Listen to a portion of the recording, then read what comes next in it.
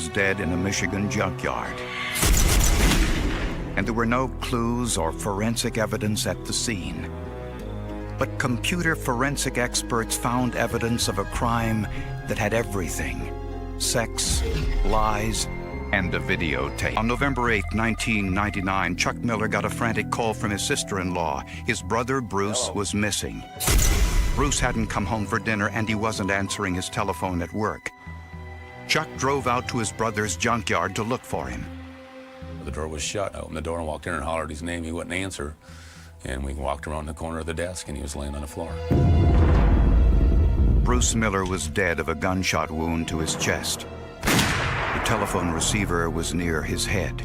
Bruce normally kept around $2,000 in his front shirt pocket to make change for his customers. That money was missing.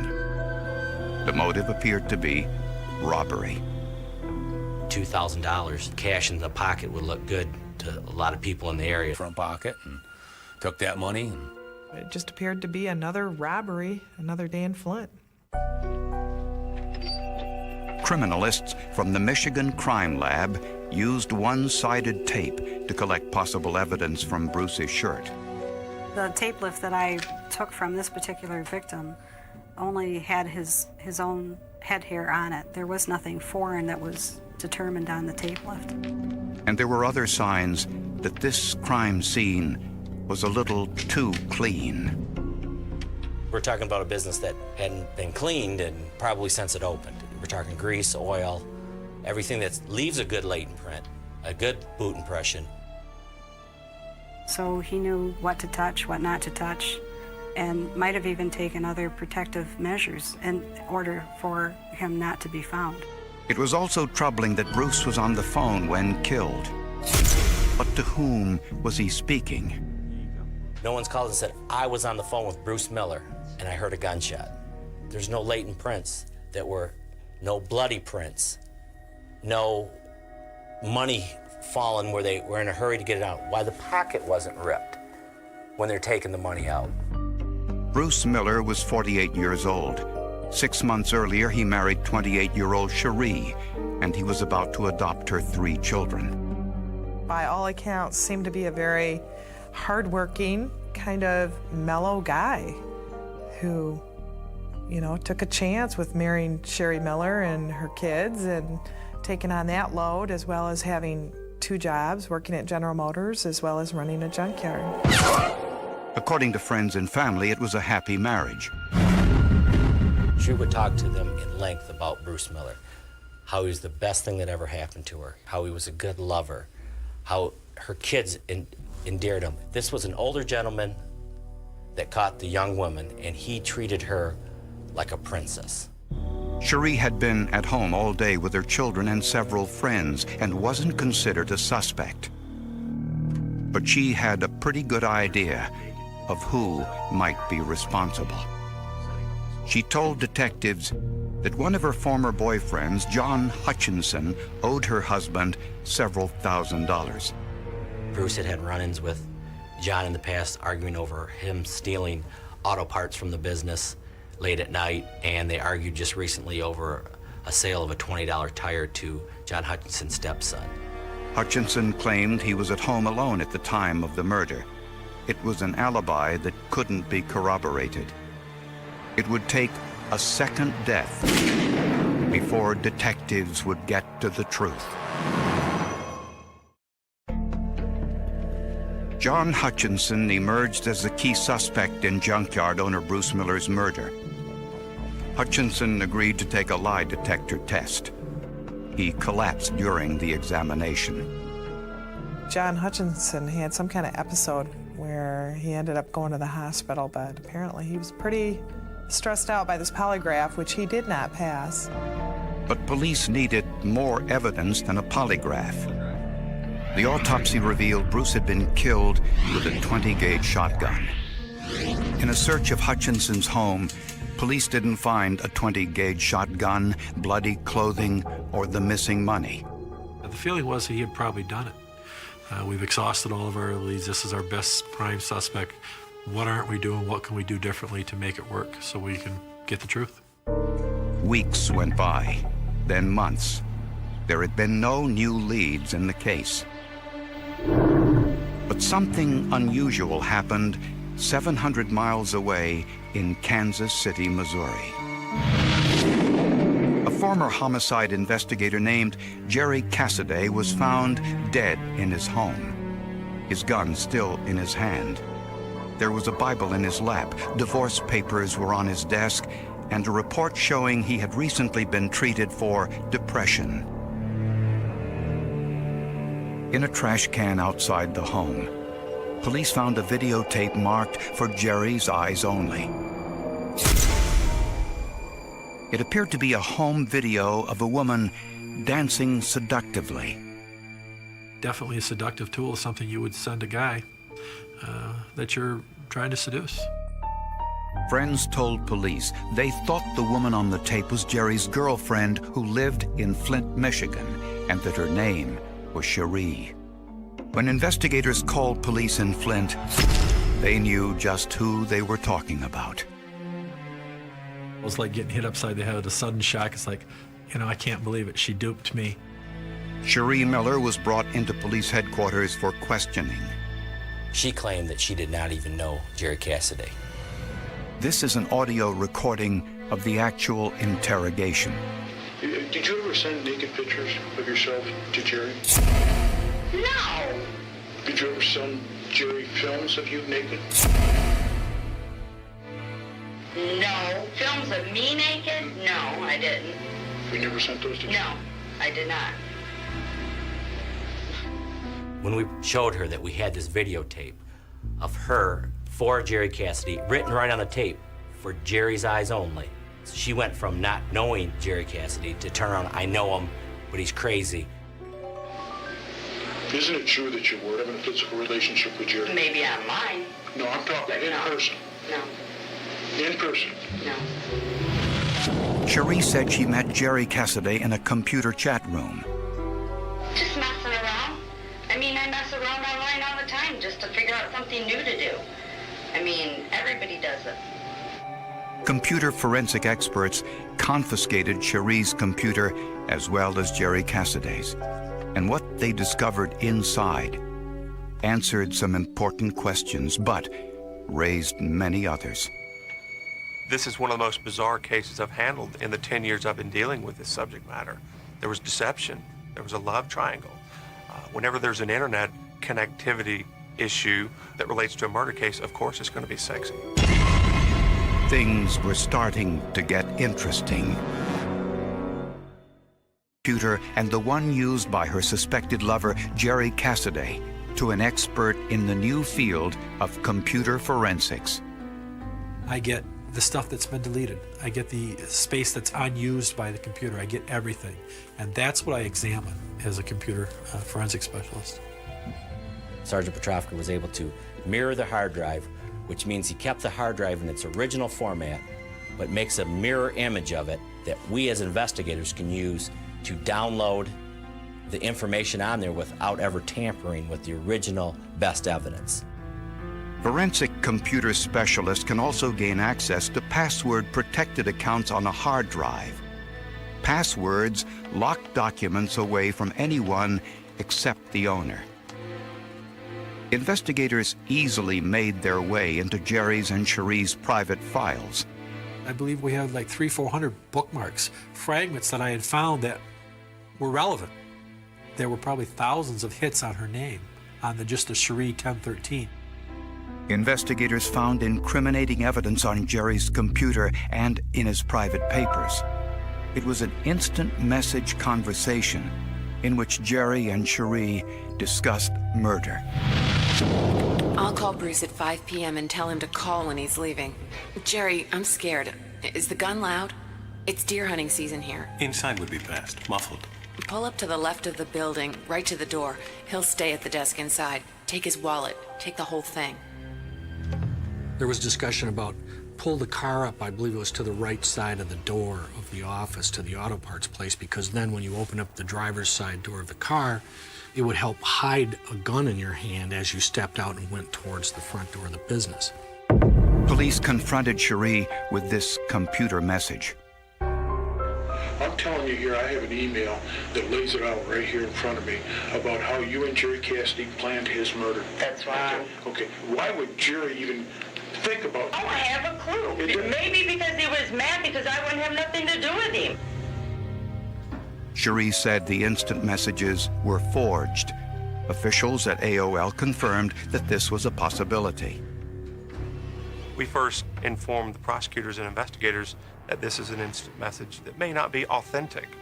It possibly could have been edited, but I couldn't say, in fact, it was authentic and did come through the America Online service in its exact form. It was very important for us to forensically back up this instant message and show that there was a relationship and show how she got Jerry Cassidy to kill her husband. Under court order, AOL released information regarding Cassidy's and Cherie's computer activity. AOL verified that Jerry and Cherie were both signed onto the AOL service on the same day, at the same time, and for the same length of time as the instant message indicated. Cherie also took steps to cover her tracks. A day and a half after the killing of her husband, she calls America Online to change her first and last name, to change her street address, city, state, and zip code. After she learned of the suicide of Jerry Cassidy, she did the same thing. And Jerry's home computer showed hundreds of emails from the screen name Cherie 1013 that had been deleted. The data is still there until such time as the computer needs to write something new, and the computer says, oh, that spot's open, I'll write it there now. And so the data resides on the hard drive until it's overwritten. Among a stack of papers on Cherie's computer desk, investigators found the name John O'Connor, which was misspelled, and a telephone number in Cherie's handwriting. In the instant message which Cherie claimed was a fabrication, Jerry wrote, "If anything happens to me, call him, John O'Connor," with the same misspelling and his telephone number, which was also incorrect. Certainly corroborates the fact that they had been communicating in that instant message. It was 1 in 2 quintillion chances that that alone could have happened by coincidence. That's 19 zeros after the 2. The forensic computer analysis also revealed the motive for the murder. In a moment, how Cherie Miller managed to fool a seasoned homicide investigator. Forensic computer experts found proof that Cherie Miller and Jerry Cassidy conspired to kill Cherie's husband, Bruce. It was like reading a diary of the relationship. It showed her saying things to this guy to really kind of bring his blood to both a sexual and emotional boil, to really bring him into her and her world as she was showing it to him. Only a month after Cherie's marriage to Bruce Miller, she met Jerry Cassidy in an America Online chat room. The two struck up a friendship. Jerry was going through a divorce. Cherie said she was unhappy, too. Eventually, they met face to face and became lovers. When the two were apart, Cherie kept the spark in their relationship by sending Jerry erotic pictures of herself through email. She also recorded the videotape, later found by investigators in Jerry's trash. At one point, Cherie told Jerry she was pregnant with twins and that Jerry was the father, although she had had her tubes tied years earlier. Cherie emailed a picture of a positive pregnancy test she had taken from a friend and sonograms of a fetus which were actually taken 5 years earlier of her son. Cherie claimed her husband Bruce was a member of organized crime, a drug dealer, and was physically abusive towards her.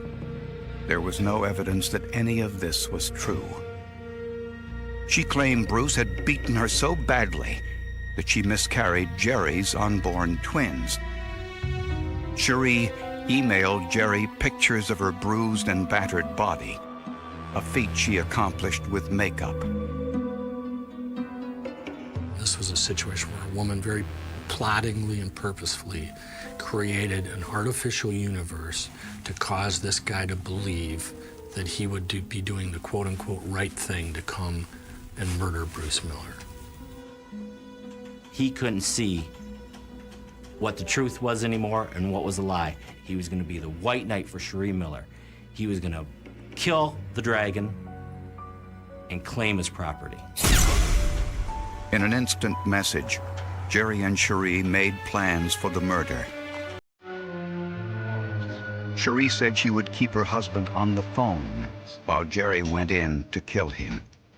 Telephone records confirmed this is precisely what happened.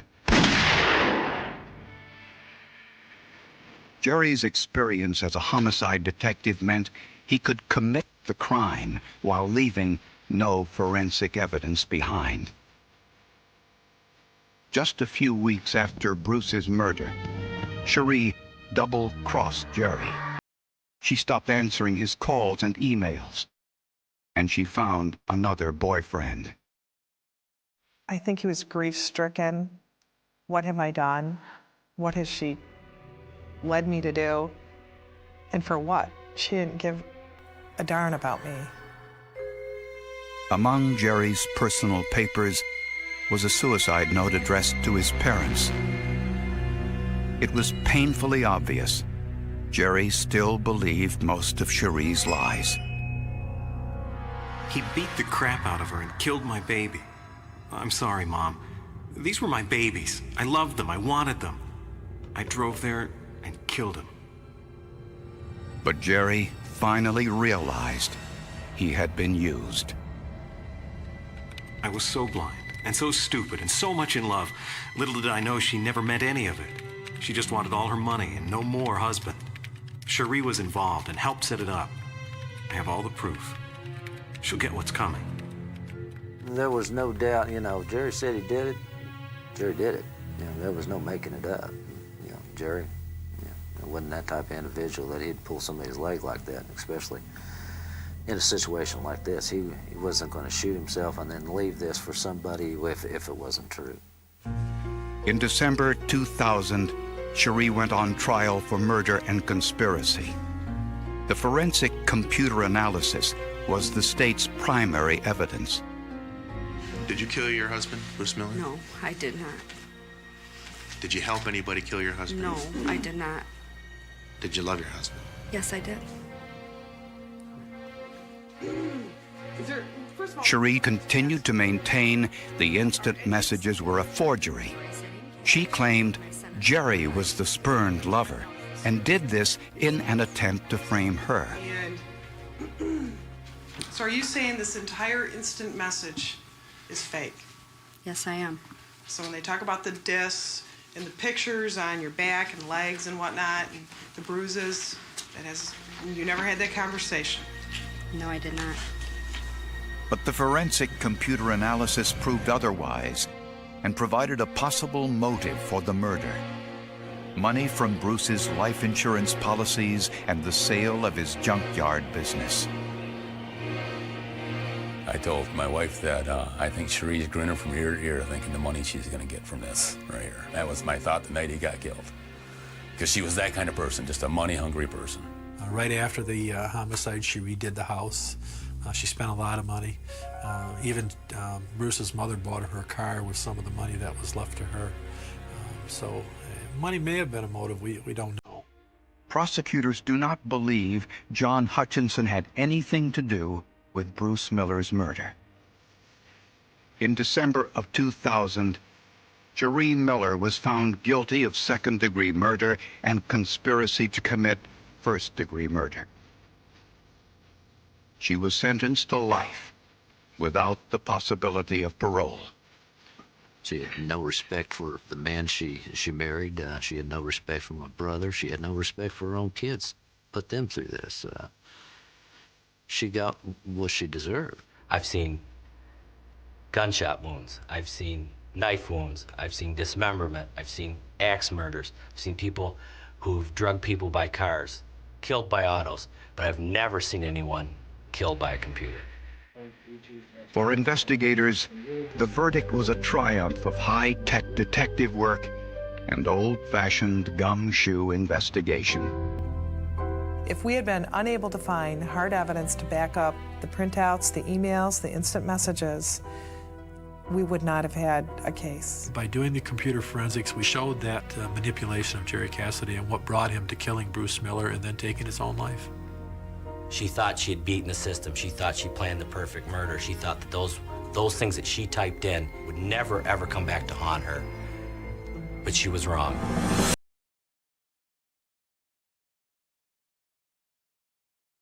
It was a drive-by shooting that left one man dead and another seriously wounded. A witness said the perpetrator was driving a red Jeep. There were thousands of vehicles just like it, but it was nothing more than a handful of dirt that made one stand out from all. Front Royal, Virginia is an area steeped in Civil War history, and the nearby Shenandoah River makes this a popular destination for outdoor enthusiasts from hundreds of miles away. Very laid-back community. It's mainly mountainous roar. Hunting and fishing is the main things to do in our area. On the night of September 26, 2002, there was a terrible rainstorm. A motorist driving by the low-water bridge saw two men on the ground bleeding next to a truck. He immediately called police. Both men had suffered serious gunshot wounds. The man on the driver's side of the truck, 20-year-old Joe Kowaleski, was still alive, but just barely. He's in dire straits, barely clinging in the woods in that area. The inclement weather made gathering evidence almost impossible. We had nothing. We had nothing but a truck, raining, blood all over the place, and a couple shotgun shell casings, and one dead body. Yeah. So it was a reality check real quick. Joe Kowaleski was in a coma for several days. When he finally regained consciousness, he said very little about the incident except that the shooter was driving a red Jeep. I saw it coming around to the right side of my truck and fishtail stop. I heard two loud bangs, sound like explosions.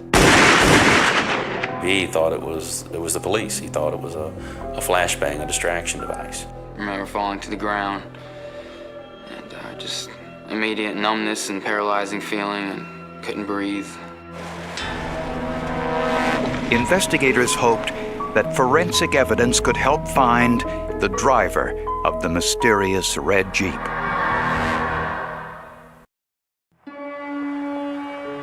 Investigators found 2 shotgun shells at the scene of a double shooting that wounded Joe Kowaleski and killed his co-worker, Ty Lathan.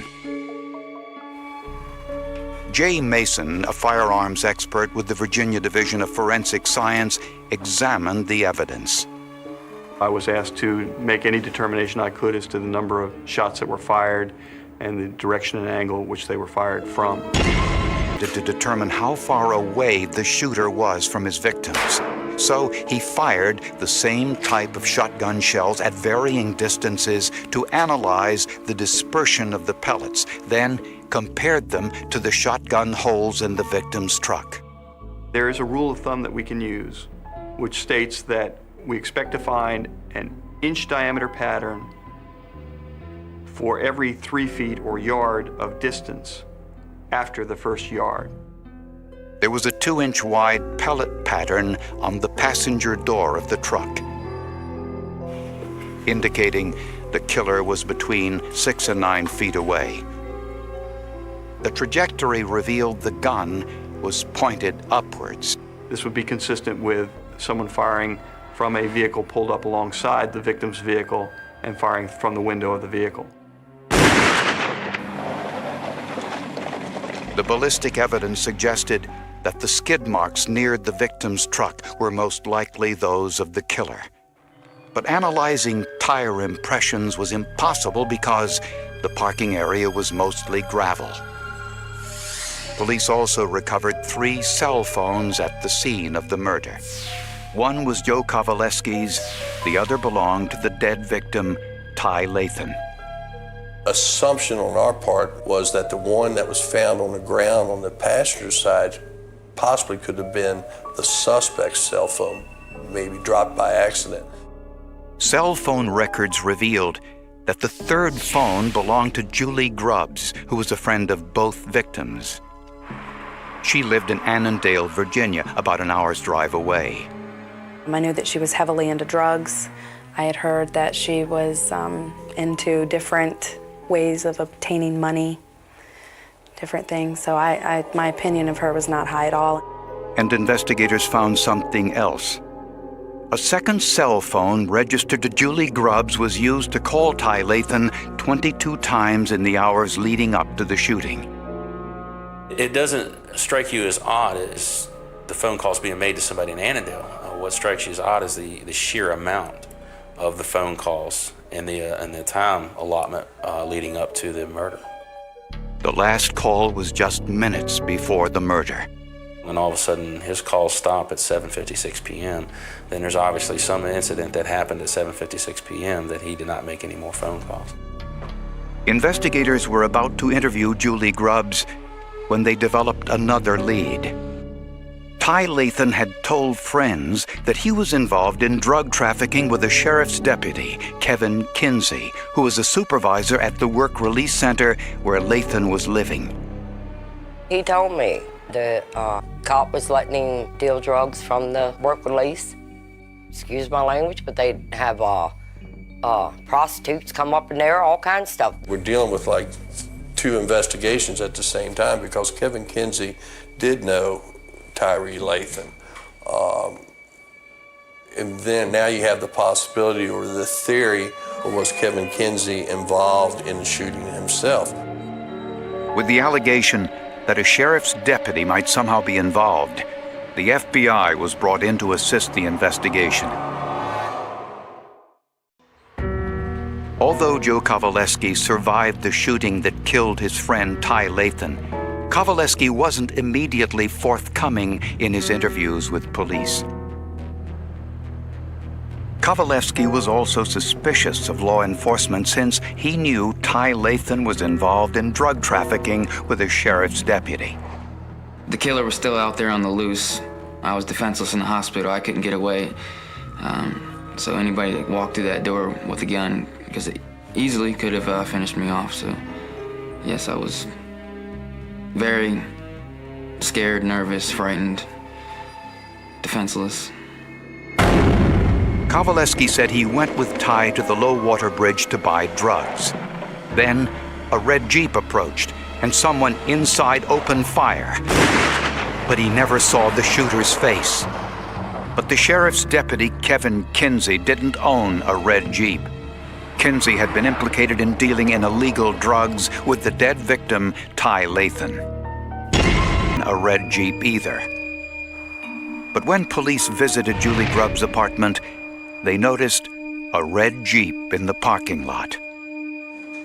A check of motor vehicles revealed the Jeep belonged to Julie's boyfriend, Louis Feltz. Feltz was allegedly involved in dealing in illegal drugs, and both knew Ty Lathan and Joe Kovaleski. The times that I'd seen him, strung out 5-day binges of smoking meth and crack, and just sitting there curled up in a ball, shaking, talking about how much life hurts, literally talking about how much of a rush it would be to kill somebody. During the surveillance of Felt's red Jeep, investigators saw Feltz walk towards his vehicle with some cleaning materials. If he had been given that opportunity, he could have washed away any blood or DNA evidence that had been transferred from the homicide scene to the Jeep, and it doesn't take much to wash them things away.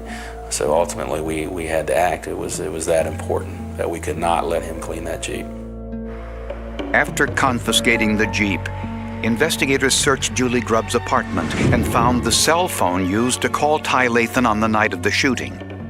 They also found $1,200 in cash, marijuana, PCP, and crystal methamphetamine. but they didn't find the shotgun used in the shooting.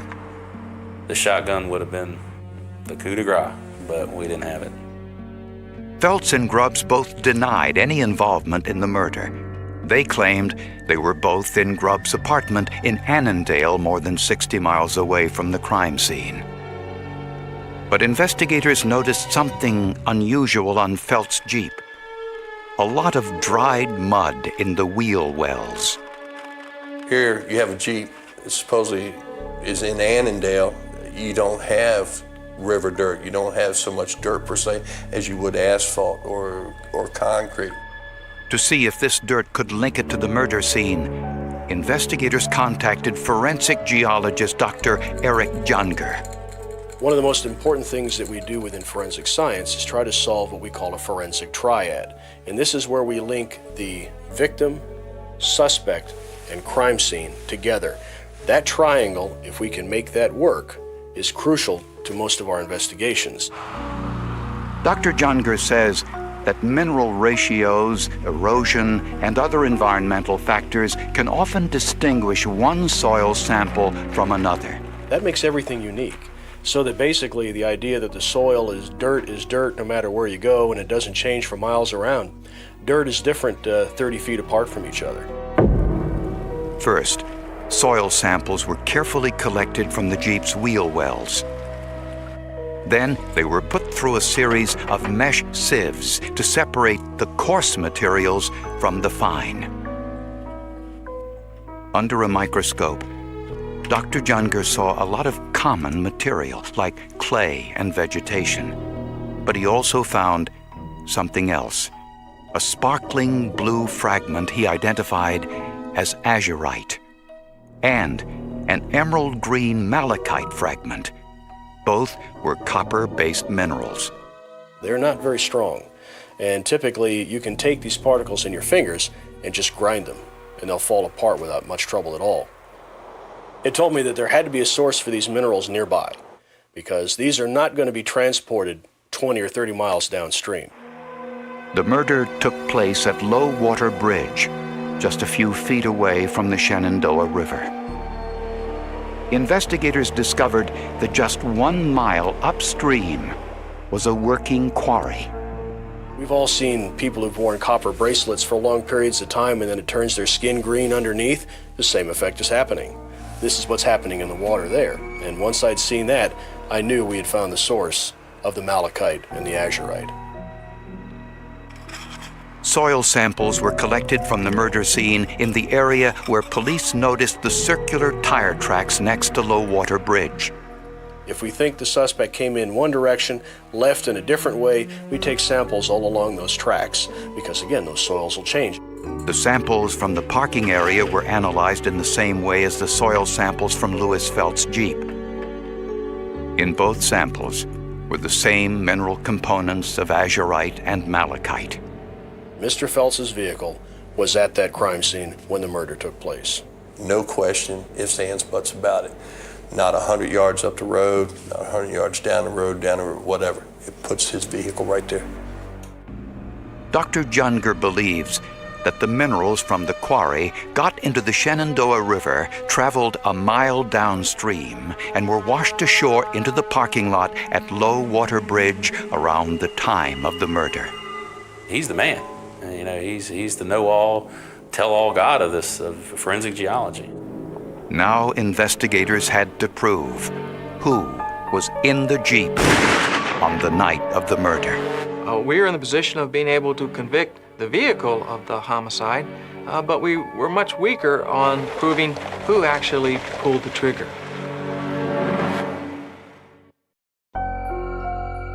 Julie Grubbs and her boyfriend Lewis Felts emerged as the prime suspects in the double shooting at Low Water Bridge. Witnesses placed Julie Grubbs at her apartment around the time of the murder, but someone using her cell phone called Ty Lathan 22 times in the code that Julie Grubbs' cell phone used many different cell towers on the 26th, the day of the murder, and they were using Washington, D.C. cell site towers. or around between the 6 to 7 o'clock hour, they roll over into Fredericksburg Towers and then ultimately into Winchester Towers, which is straight down from west on 50, and ended up in the Shenandoah Valley that night and was used. And investigators discovered that several local residents saw Louis Phelps in a nearby convenience store earlier that day. In addition, Ty Lathan's stepmother was with Ty about 2 hours before the murder when he received a cell phone call. And he said, "Louis, damn it, I told you I'll meet you at Deer Lake," and slammed the phone down. Phelps consistently denied being in Warren County for a number of years prior to the murder. So it was vital to our case to be able to put him here in Warren County and put him near the crime scene. And we were able to do that through the cell phone records. And investigators discovered even more forensic evidence.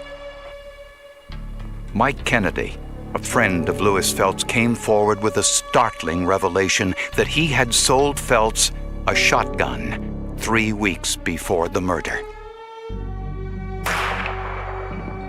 Kennedy also said he had several spent shells from that shotgun still in his possession. They might never believe me or whatever, but I told them that I fired the gun. They wanted to know where.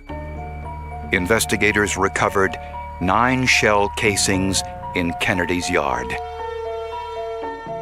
When a shotgun fires, the firing pin leaves a distinctive mark on the shell. I like to refer to it as a fingerprint of the firearm, this impression on the back of the shot shell case. Firearms expert Jay Mason compared the shell casings from Michael Kennedy to the shells found at the crime scene. He saw double horizontal lines with a slash on all of the samples. The fact that I was able to identify the shot shell cases all having been fired from the same firearm put the murder weapon in the hands of the suspect. Kennedy wasn't surprised by the match.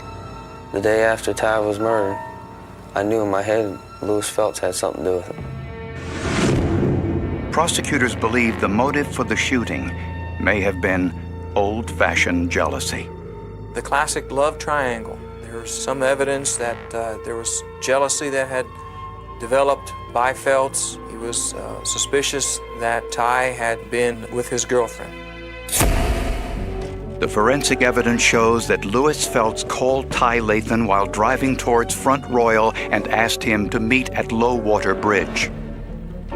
There, he saw Ty Lathan and Joe Kowaleski parked and waiting. Phelps fired into the truck, killing Ty Lathan and wounding Kowaleski. The trajectory analysis shows that Phelps fired from his Jeep. 2 shell casings fell to the ground. As Phelps drove away, the minerals, malachite and azurite, lodged in his wheel wells, giving investigators a precise geological record of his location.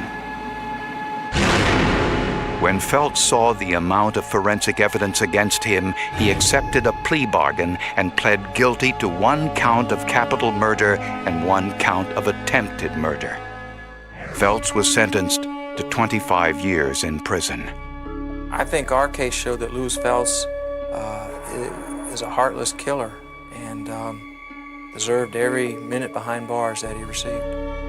Prosecutors say there is no evidence to suggest that Julie Grubbs was involved in the shooting.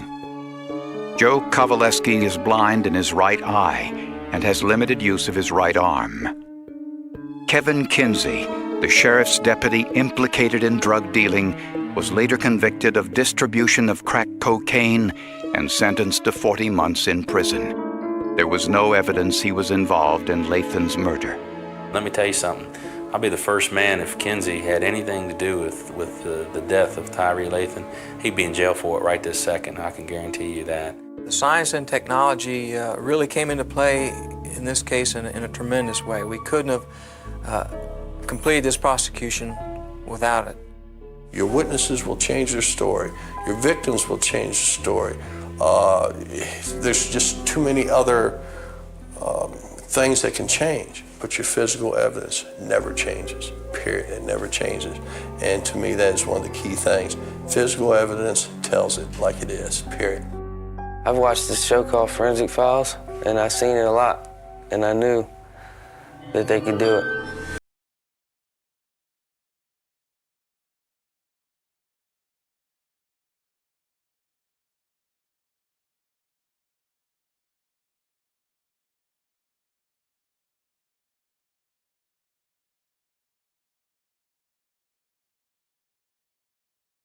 The first thing investigators found was not a body. It was a photograph.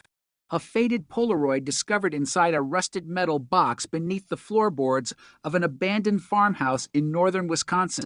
The photograph showed a young woman standing beside a frozen lake. She was smiling. Her coat was buttoned to the throat. Snow covered the trees behind her, and written across the bottom in black ink were 4 words. I know what happened. The date was January 17th, still 1992. The woman disappeared 48 hours later. For 34 years, nobody knew where she went. Her name was Laura Bennett, 26 years old, a nursing assistant, quiet, reliable, the kind of person whose disappearance should have triggered an immediate search. Instead, the first 24 hours passed with almost no alarm. Laura had told co-workers she was going home after her evening shift. She never arrived. Her blue sedan was found the following morning near an access road beside Lake Winnebago. The driver's door was unlocked. The engine was cold. Her purse was still inside. Her wallet was still inside. Her apartment keys were still inside. But Laura was gone. There was no blood, no broken glass, no obvious struggle. Only one strange detail. Her windshield had been wiped clean from the inside. The snow outside was untouched. Investigators initially believed Laura had voluntarily left the vehicle. Maybe she had met someone. Maybe she had gone for a walk. Maybe she had been abducted from the roadside. The possibilities were endless. The evidence was almost non-existent. Then a fisherman reported seeing headlights near the lake at approximately 11:40 p.m. He remembered the vehicle because it had been parked in a restricted area. He saw 2 cars, Laura's blue sedan and a dark-colored pickup truck. The truck left first. Laura's car remained. That should have been the first major break.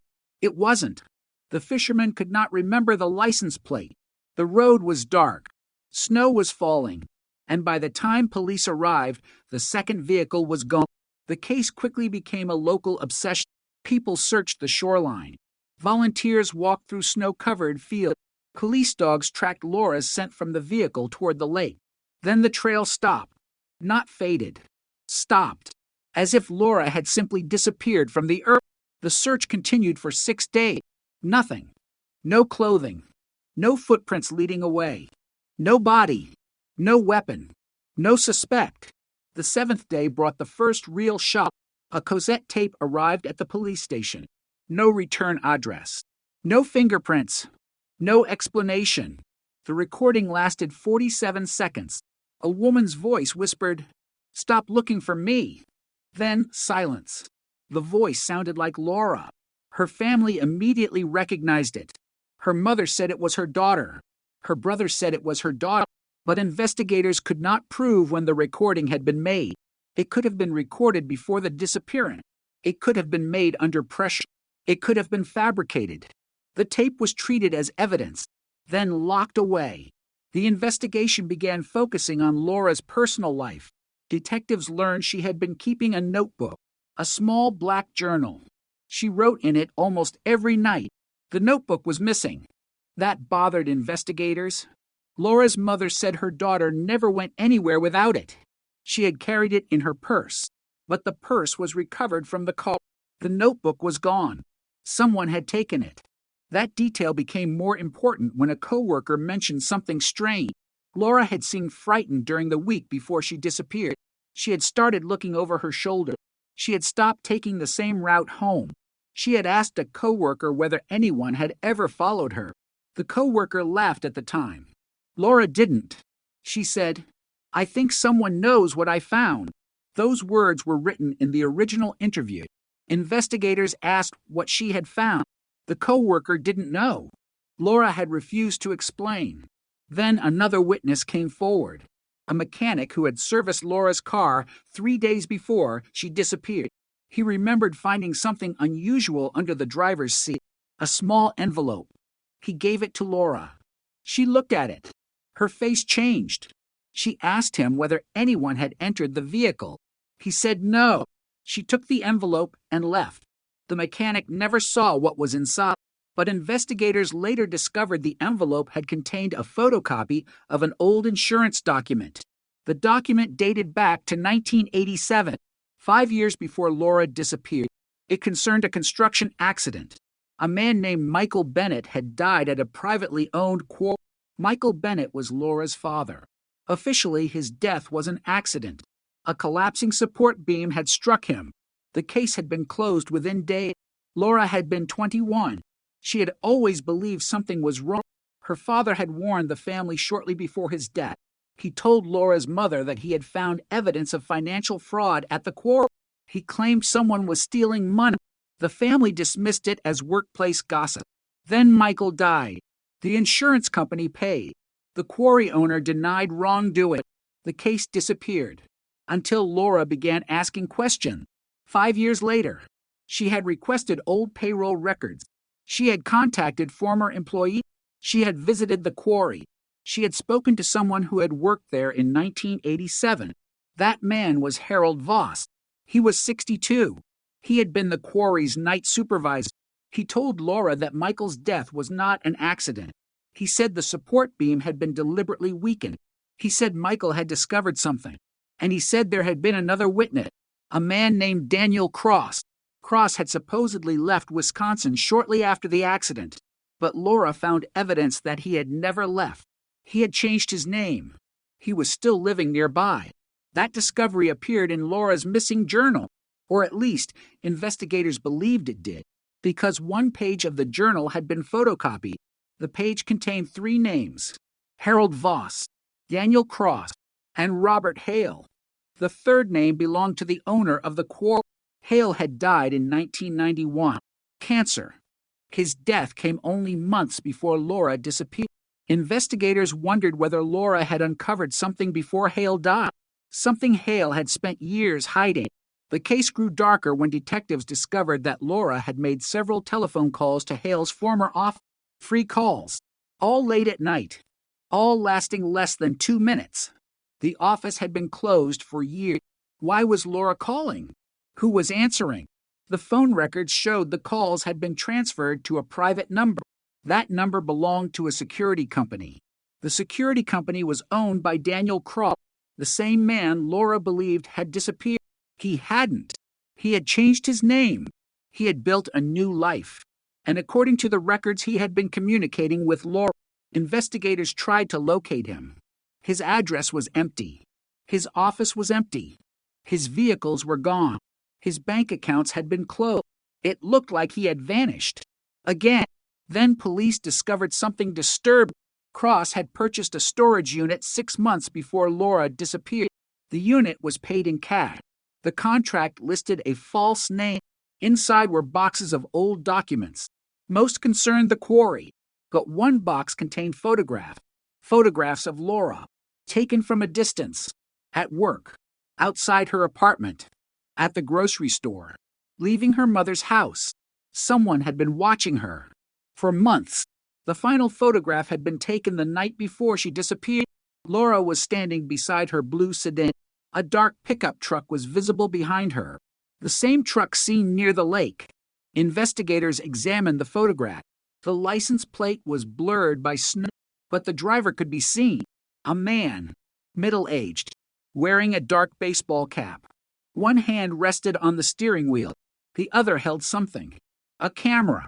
Someone had photographed Laura, and someone had photographed the person photographing Laura, because the image had been taken from another vehicle.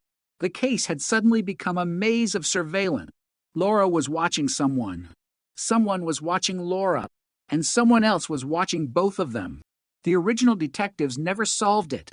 They chased the wrong suspect. They focused on Laura's ex-boyfriend. He had an alibi. They investigated co-workers. Nothing. They searched the lake. Nothing. They questioned Harold Voss. He denied knowing anything. Then Voss disappeared from Wisconsin in 1994. Nobody knew where he went. The investigation slowly collapsed. The file was moved into storage. Laura Bennett became another missing person, another photograph on a bulletin board, another family waiting for a phone call that never came. Years passed. The farmhouse where the Polaroid was eventually discovered had belonged to Harold Voss. It had been abandoned for decades. When a contractor purchased the property in 2026, workers began replacing the flooring. One worker noticed that several boards sounded hollow. They removed them. Beneath the floor was the rusted metal box. Inside were photographs, documents, a cassette recorder, and Laura's black notebook. The notebook had survived. 34 years later, investigators finally had it. The first pages were ordinary. Shopping lists, work schedules, notes about her mother. Then the handwriting changed. The entries became shorter, sharper, more frightened. Someone is lying. Dad knew.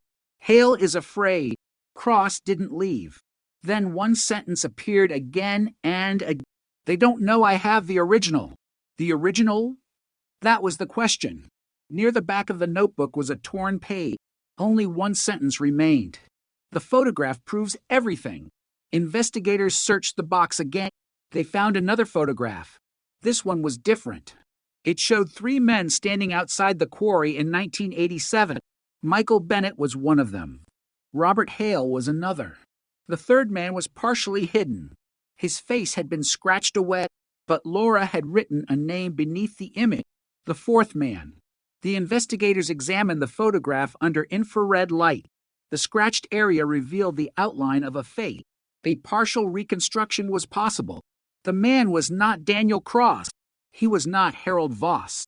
He was someone else. Someone whose name had never appeared in Laura's case. And then the laboratory matched the face to an old employee photograph. A former county investigator. A man who had been assigned to Michael Bennett's death in 1987. His name was Thomas Avery. He had retired in 1999. He was still alive. And when investigators contacted him about Laura Bennett, he gave a single answer. I thought this was over. Then he hung up. The next morning, Avery called back. His voice was different. He sounded frightened. He told investigators he had lied about the 1987 accident. He said Michael Bennett had not died because of a faulty support beam. He had been pushed. He said he knew who did it. But before he could give the name, the call ended. Investigators tried again. No answer. They drove to his home. The front door was open. The house was empty. On the kitchen table sat a photograph. Laura Bennett, standing beside the lake. The same photograph found in the farmhouse.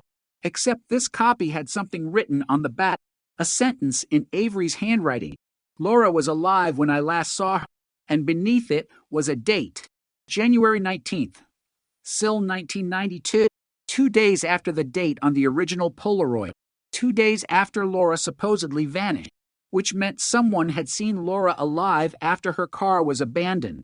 Someone had kept the secret for decades. And now, after 34 years, that person had finally broken his silence. But Avery had disappeared before revealing the name. The investigation had found its first living witness and lost him within 24 hours. Outside his empty house, investigators found tire tracks in the snow, a dark pickup truck, the same type seen beside Laura's car in 1992, and in the snow beside the tracks was a single object, a black cassette. The label contained only 2 words, "Play Me." The cassette was still warm. That was the first detail investigators noticed.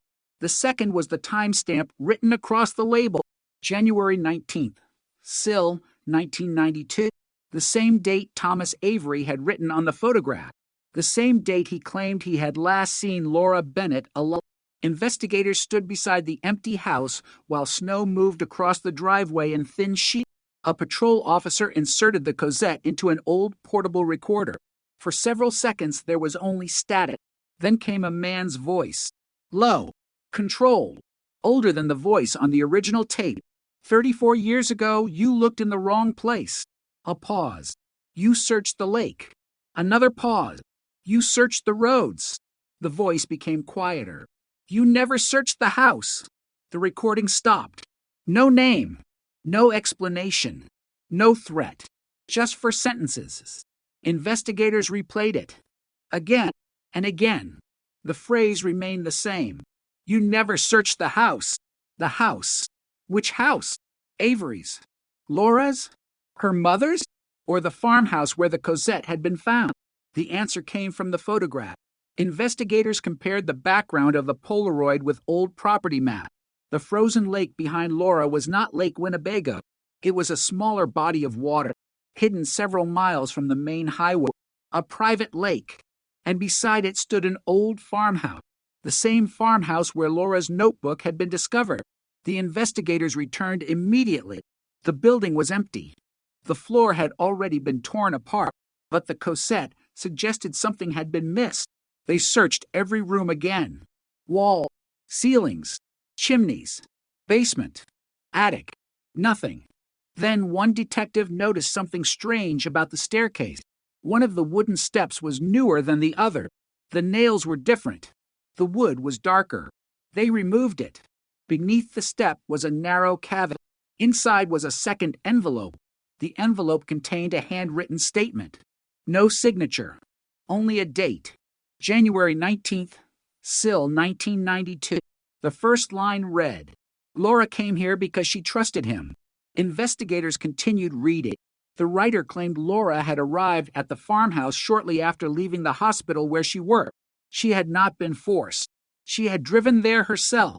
She was carrying a black notebook, and she believed someone at the quarry had discovered that she had the original documents.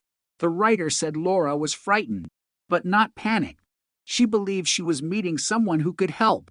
Then came the sentence that changed the direction of the investigation. She was not meeting Daniel Crawford. She was meeting someone else. Someone she knew.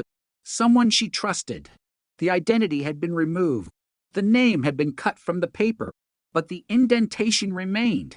Forensic specialists examined the page under angled light. 5 letters. Then another word. The name appeared to be Avery. Thomas Avery, the county investigator. The man who had just disappeared. Investigators now believed Avery had been involved from the beginning. But in what capacity? Was he protecting Laura? Was he watching her? Or was he the person she trusted? The old case file revealed that Avery had been one of the first officers to respond when Laura's car was found. He had been at the scene. He had examined the vehicle. He had spoken to the fisherman. He had handled the Cosette. And he had recommended that investigators search the lake first. That recommendation delayed the investigation. The search of the shoreline consumed nearly a week. During that time, Laura's trail disappeared. If Avery had known she was somewhere else, he had sent investigators in the wrong direction. But why? The answer might have been hidden inside his original report. Investigators located a photocopy in the county archive. Most of the report was routine. Weather, vehicle position, witness statements. But one line had been crossed out. Modern imaging recovered the original text. Second vehicle appears to have followed victim. That sentence had been removed. Another line had also been altered. Possible evidence of transfer near passenger door. Transfer of what? A person? A package? A struggle? The report had been edited before it reached the official file. Avery had changed the evidence. But there was more. The original scene photographs showed something missing from the final case file. A footprint. A large boot print beside the passenger door. The print was photographed, measured, cataloged, then removed from the evidence inventory. The boot size was approximately 11. Avery wore size 11. So did Daniel Cross. So did Robert Hale. 3 men, 1 footprint. The case suddenly looked less like a disappearance and more like a carefully controlled operation. Investigators searched Avery's employment history. In 1987, he had investigated Michael Bennett's death. In 1992, he investigated Laura's disappearance. The same family, the same quarry, the same network of names. That could not be coincidence. Then investigators found Avery's retirement paper. Attached to them was a handwritten note. I should have stopped it in 1987. The note was never explained. Now it seemed like a confession. But there was a problem. Avery had vanished. His phone was off. His vehicle was missing. His bank account had not been touched. His house contained no luggage. Whoever had taken him had not left much behind, except the Cosette and the photograph. Investigators began tracing the dark pickup scene outside his home. The vehicle was captured on a rural traffic camera at 3:18 a.m. It traveled south, then disappeared from the network. A second camera picked it up for hours later. The truck was headed toward the old quarry. The quarry had been abandoned since 1998. The property was fenced. The buildings were collapsing. No one had a reason to be there. Investigators entered the site before sunrise. Inside the main structure, they found fresh tire marks. Someone had recently driven through the building. The truck was gone, but footprints remained. 2 sets. One belonged to a man wearing heavy work boots. The other was smaller, possibly a woman. Investigators followed the footprints to the rear of the quarry. There they found an old concrete bunker. The door was locked. A new padlock had been placed over a chain. The lock had been installed recently. Investigators cut it. Inside was almost nothing. 1 chair, 1 table, 1 electric lantern, and a photograph. Laura. Again. But this photograph was different. She was older. The image appeared to have been taken months after her disappearance. She was sitting at a table. Her hair was shorter. Her face was thinner. And someone had written a date across the bottom. March 4th, Sill, 1992. Laura had survived for at least 6 weeks. That revelation sent shockwaves through the investigation. The disappearance was no longer a single night. Laura had been alive long after her car was found. Someone had kept her hidden. But the bunker showed no signs of long-term occupation. No food, no bedding, no clothing, no restraints. So where had she been? The answer was inside the photograph. Behind Laura was a wall. On the wall was a clock. Investigators enlarged the image. The clock showed 8:14. Beside it was a calendar. The month was March, and beneath the calendar was a small handwritten note. Only 3 words. Ask the nurse. The investigators immediately returned to Laura's hospital. They reviewed employee records. One nurse had resigned shortly after Laura disappeared. Her name was Megan Walsh. Walsh had worked the night shift. She had known Laura personally. She had also been the person who first reported Laura acting strangely. Investigators located Walsh in Minnesota. She agreed to speak. She looked at the photograph. Her face changed. I knew she was alive. The room went silent. How? Walsh took a long breath. She called me. When? February. February of 1992? Walsh nodded. What did she say? She said she was scared. Did she tell you where she was? No. Did she say who had her? Walsh looked away. She said nobody had her. That answer confused investigators. Walsh continued. Laura told me she had left because she knew they were coming. Who? She never said. Did she sound forced? No. Did she sound injured? Walsh shook her head. She sounded tired. Then Walsh revealed something she had never told police. Laura had asked her to send a package, a small envelope. Inside was a key. Laura told her to hide it. Where? Walsh gave the answer. At the hospital. Investigators returned to the hospital. The original building had been renovated several times, but Walsh remembered a maintenance room that had once contained a locker assigned to Laura. The locker no longer existed. The wall had been rebuilt. A construction crew opened it. Behind the drywall was a small metal box. Inside was the key, and beneath it was a folded piece of paper. The paper contained 1 sentence. The truth is, beneath room 17. Room 17 had been demolished in 2004, but the original floor plan survived.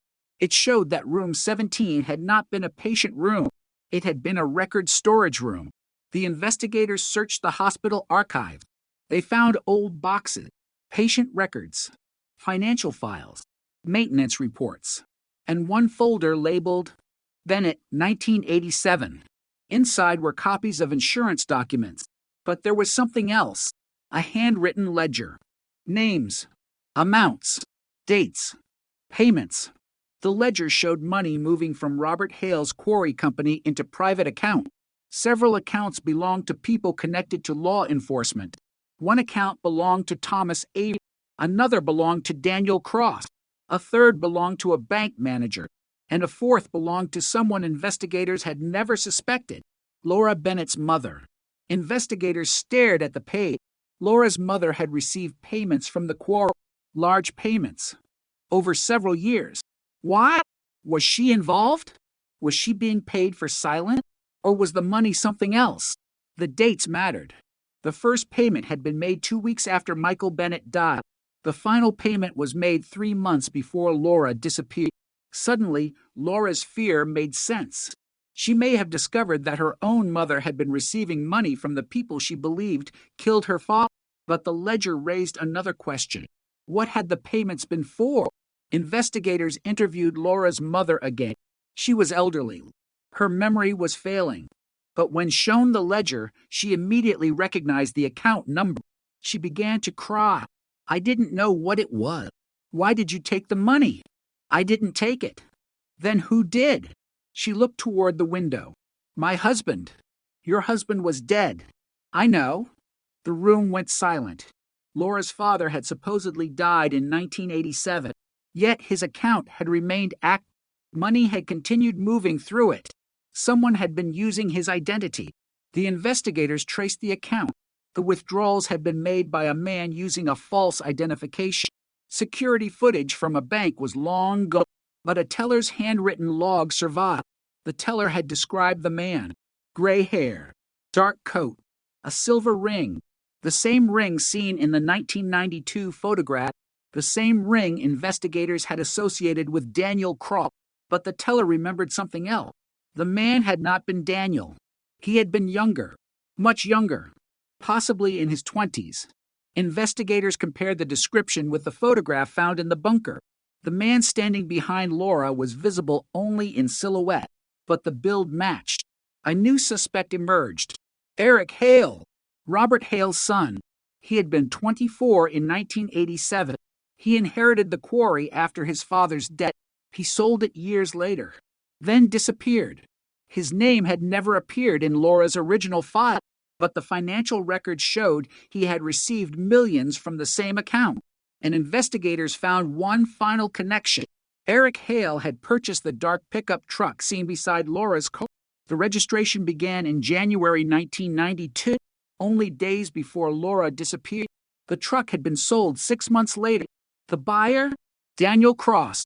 The investigation now had a new center. Eric Hale, the quarry owner's son, the man who inherited the company, the man whose family had been linked to Michael Bennett's death, the man who had purchased the truck, the man who may have been watching Laura. Investigators searched his history. They found a photograph from a company Christmas party. Eric Hale stood beside Thomas Avery. Beside them was Daniel Cross, and behind them was Laura's father, Michael Bennett. The photograph had been taken in 1986, 1 year before Michael's death. Everyone in the photograph knew each other, everyone except Laura's mother. The case was becoming painfully clear.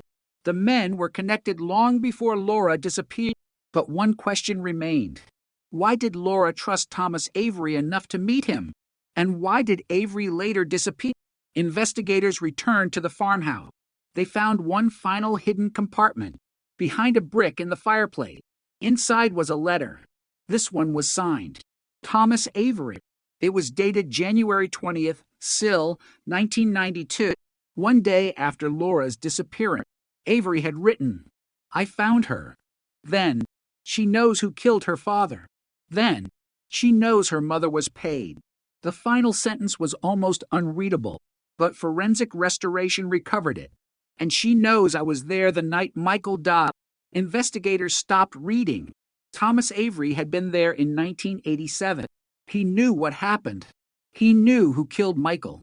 And now, Laura knew. The letter continued. Laura wanted to expose everything. I told her it would get her killed. She said she would rather die than let them bury it again. The final line was written in darker ink. I helped her disappear.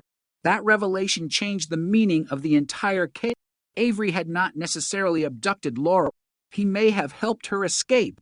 But why had he lied? Why had he sent police toward the lake? Why had he hidden evidence? Because, according to the letter, Laura had asked him to.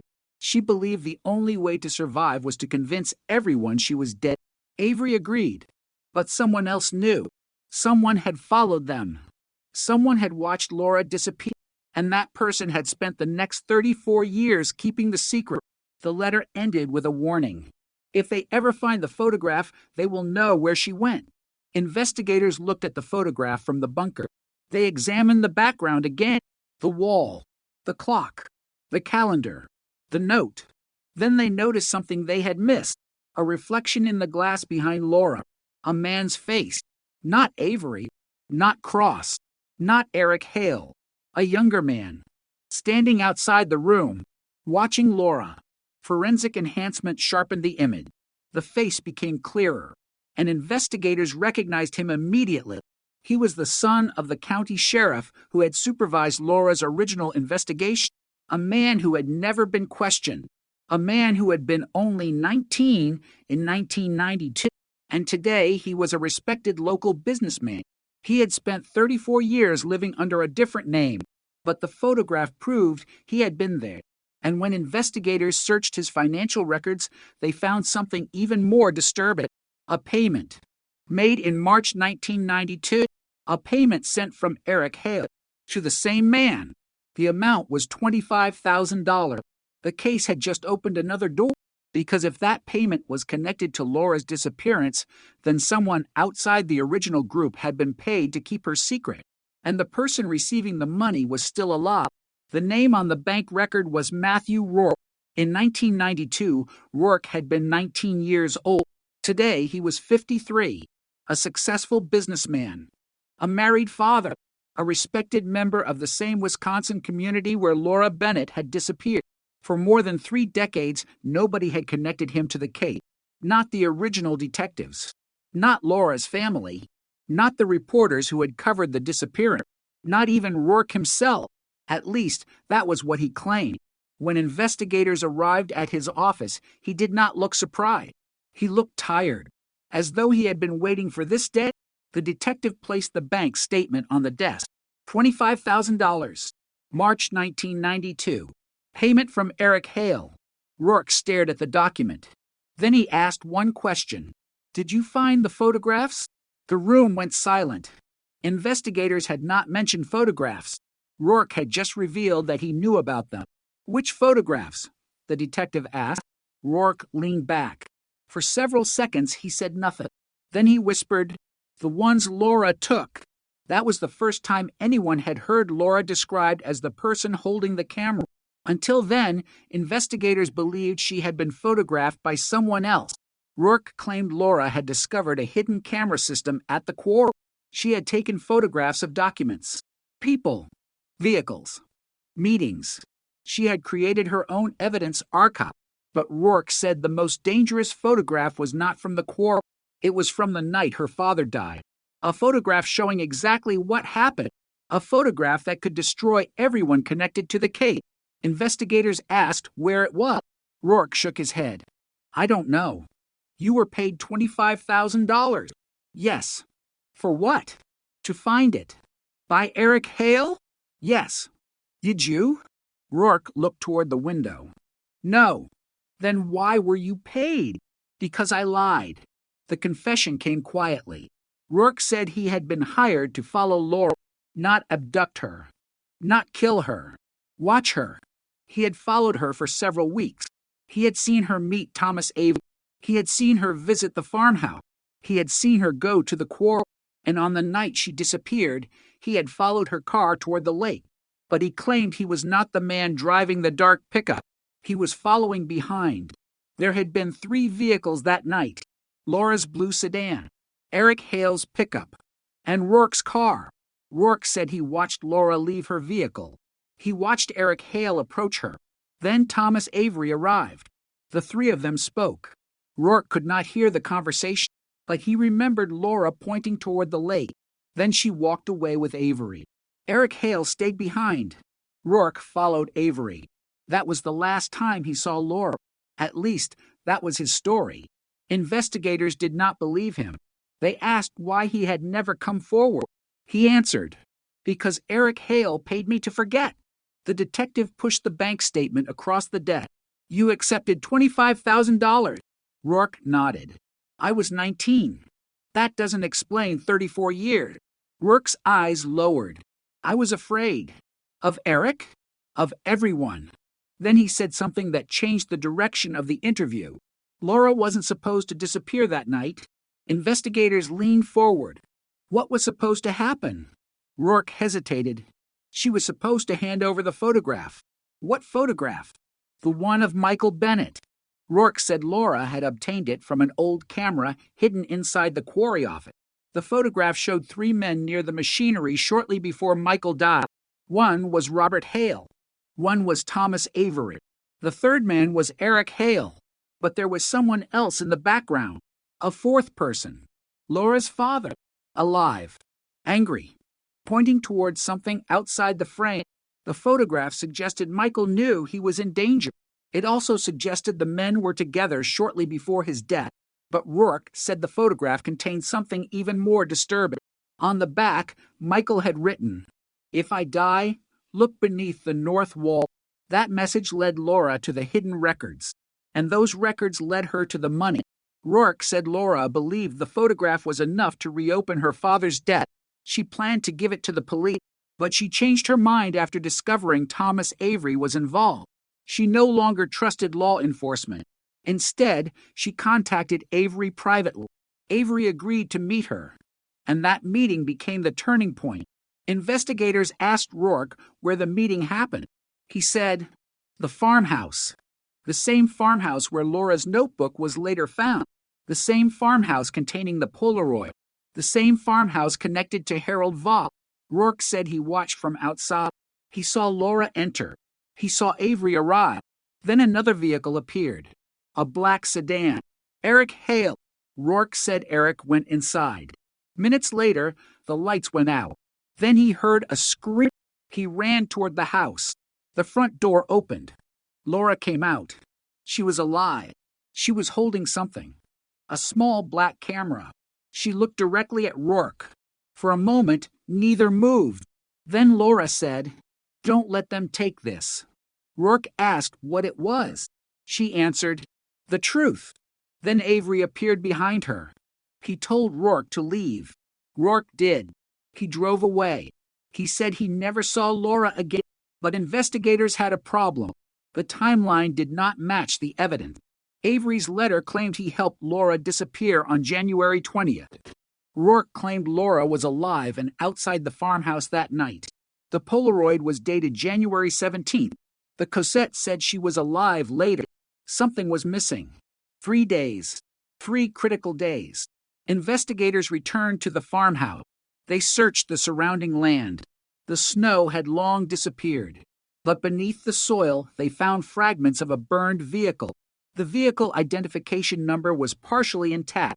It belonged to Eric Hale. The truck had supposedly been sold in 1993, but the wreckage had been buried on the property. Investigators found something inside the engine compartment. A piece of metal, a license plate frame, and a melted camera lens. The camera could have belonged to Laura, but the remains were too damaged to confirm. Then forensic technicians discovered something trapped beneath the floorboard. A single human hair. The laboratory extracted DNA. The profile was female, but it was not Laura. It belonged to another woman. Investigators searched the old case files for missing women connected to the quarry. They found one. Susan Miller, 23 years old, disappeared in 1988. Her body was never found. She had worked briefly at Robert Hale's quarry office. The case had been ruled unrelated to Michael Bennett's death. Now it suddenly looked connected. Susan's family had reported that she was afraid before disappearing. She had told her sister that someone at work was threatening her. She had also mentioned Michael Bennett, the same man who had supposedly died accidentally. Investigators compared the DNA from the farmhouse with Susan's family. The match was conclusive. Susan Miller had been inside the farmhouse, the same farmhouse where Laura had disappeared, the same place where the notebook had been hidden, the same place where the photograph was found. Now the investigators understood why Laura had been afraid. She had not discovered only what happened to her father. She had discovered a pattern. Women who learned too much disappeared. Susan in 1988. Laura in 1992. Possibly others. The quarry was not just a center of financial fraud. It was the center of a network built around silence. Investigators reopened Susan's case. Her employment records were examined. She had worked under Eric Hale. She had reported missing documents.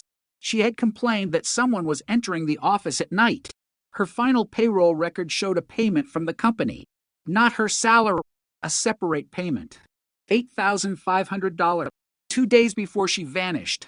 The recipient was listed under a false name. The bank traced it to Eric Hale, but Eric Hale had already disappeared. He had left Wisconsin years earlier. His last known address was in Colorado. Investigators searched it. The house was empty, but the basement contained boxes. Inside one box was a ledger. The ledger listed payments. Susan Miller, Matthew Rourke, Thomas Avery, Daniel Craw, and several others. The dates stretched from 1987 to 1993, but one name appeared more often than any other: Eleanor Bennett, Laura's mother. Payments were made every few months, sometimes $2,000, sometimes $5,000, sometimes $10,000. The investigators stared at the number. They now had to consider the possibility that Laura's mother had been part of the conspiracy. But then they noticed something strange. The payment stopped in January 1992, the exact month Laura disappeared, and another account began receiving money. The recipient was listed as Rebecca Lane. That was the name investigators later discovered Rachel Morgan had used in Oregon, except Laura Bennett had never officially changed her name. Someone had created the identity for her, and the first payment into that account occurred 6 weeks after her disappearance. The amount? $40,000. The source? Thomas Avery. This meant Avery had helped Laura establish a new identity. The evidence suggested he had not abducted her. He had helped her escape. But then, why had he disappeared in 2026? Investigators traced his movements. 3 days before his disappearance, Avery had withdrawn a large amount of cash, $18,000. He had purchased fuel, food, a satellite phone, and a one-way train ticket. Destination: Oregon. Investigators immediately contacted authorities there. They found the train reservation, but Avery never boarded. Someone had intercepted him. The dark pickup truck appeared again on a traffic camera. The same truck had been seen near the farmhouse. The same truck had been connected to Eric Hale, except Eric Hale had been dead for 19 years. His death certificate said he died in 2007. Car accident. Colorado. Investigators obtained the crash report. The vehicle had burned. The body was badly damaged. Identification was based on dental records, but the dental records were incomplete. Now investigators questioned whether Eric Hale had actually died. They exhumed the remains. The DNA result was shocking. The body was not Eric Hale. The man buried under his name was someone else. Eric Hale had faked his death. He had vanished. And if he was still alive, he had motive. He had money. He had connections. And he knew exactly where Laura had gone. Investigators searched international records. Mexico, Canada, Belize. No match. Then they searched old property purchases. A small cabin in northern Minnesota, purchased in 2008. The owner was listed as Edward Hall. The name meant nothing, but the signature did. It matched Eric Hale's handwriting. Investigators traveled to the cabin. The door was locked. Inside, they found no person, but there were signs someone had been living there. Fresh food, a medical prescription, a newspaper. The newspaper was 3 days old. On the table was a photograph. Laura, older, much older, standing beside a woman. Her mother. The photograph appeared to have been taken recently. Investigators checked the image metadata. The photograph had been printed from a digital file. The original image was still embedded in the printer's memory. The file date was August 2026. Laura Bennett might still be alive. Her mother might still be alive. And someone had photographed them only days earlier. Then investigators found a handwritten note beside the printer. "Stop digging." Underneath, "You found the wrong man." The note was signed, Thomas Avery. But Avery was missing. Why would he leave the note? Investigators examined the paper. The handwriting was genuine, but the note had been written months earlier. It had been prepared in advance. A warning, a message for whoever discovered the cabin. The final line was almost invisible. Forensic imaging revealed it. "The man you are looking for is not Eric." Then another sentence appeared. "It's his father." Robert Hale had supposedly died in 1991. Cancer. But investigators re-examined his death. The medical certificate had been signed by a physician who later disappeared. The cremation records were incomplete. There was no confirmed photograph of the body, no independent identification.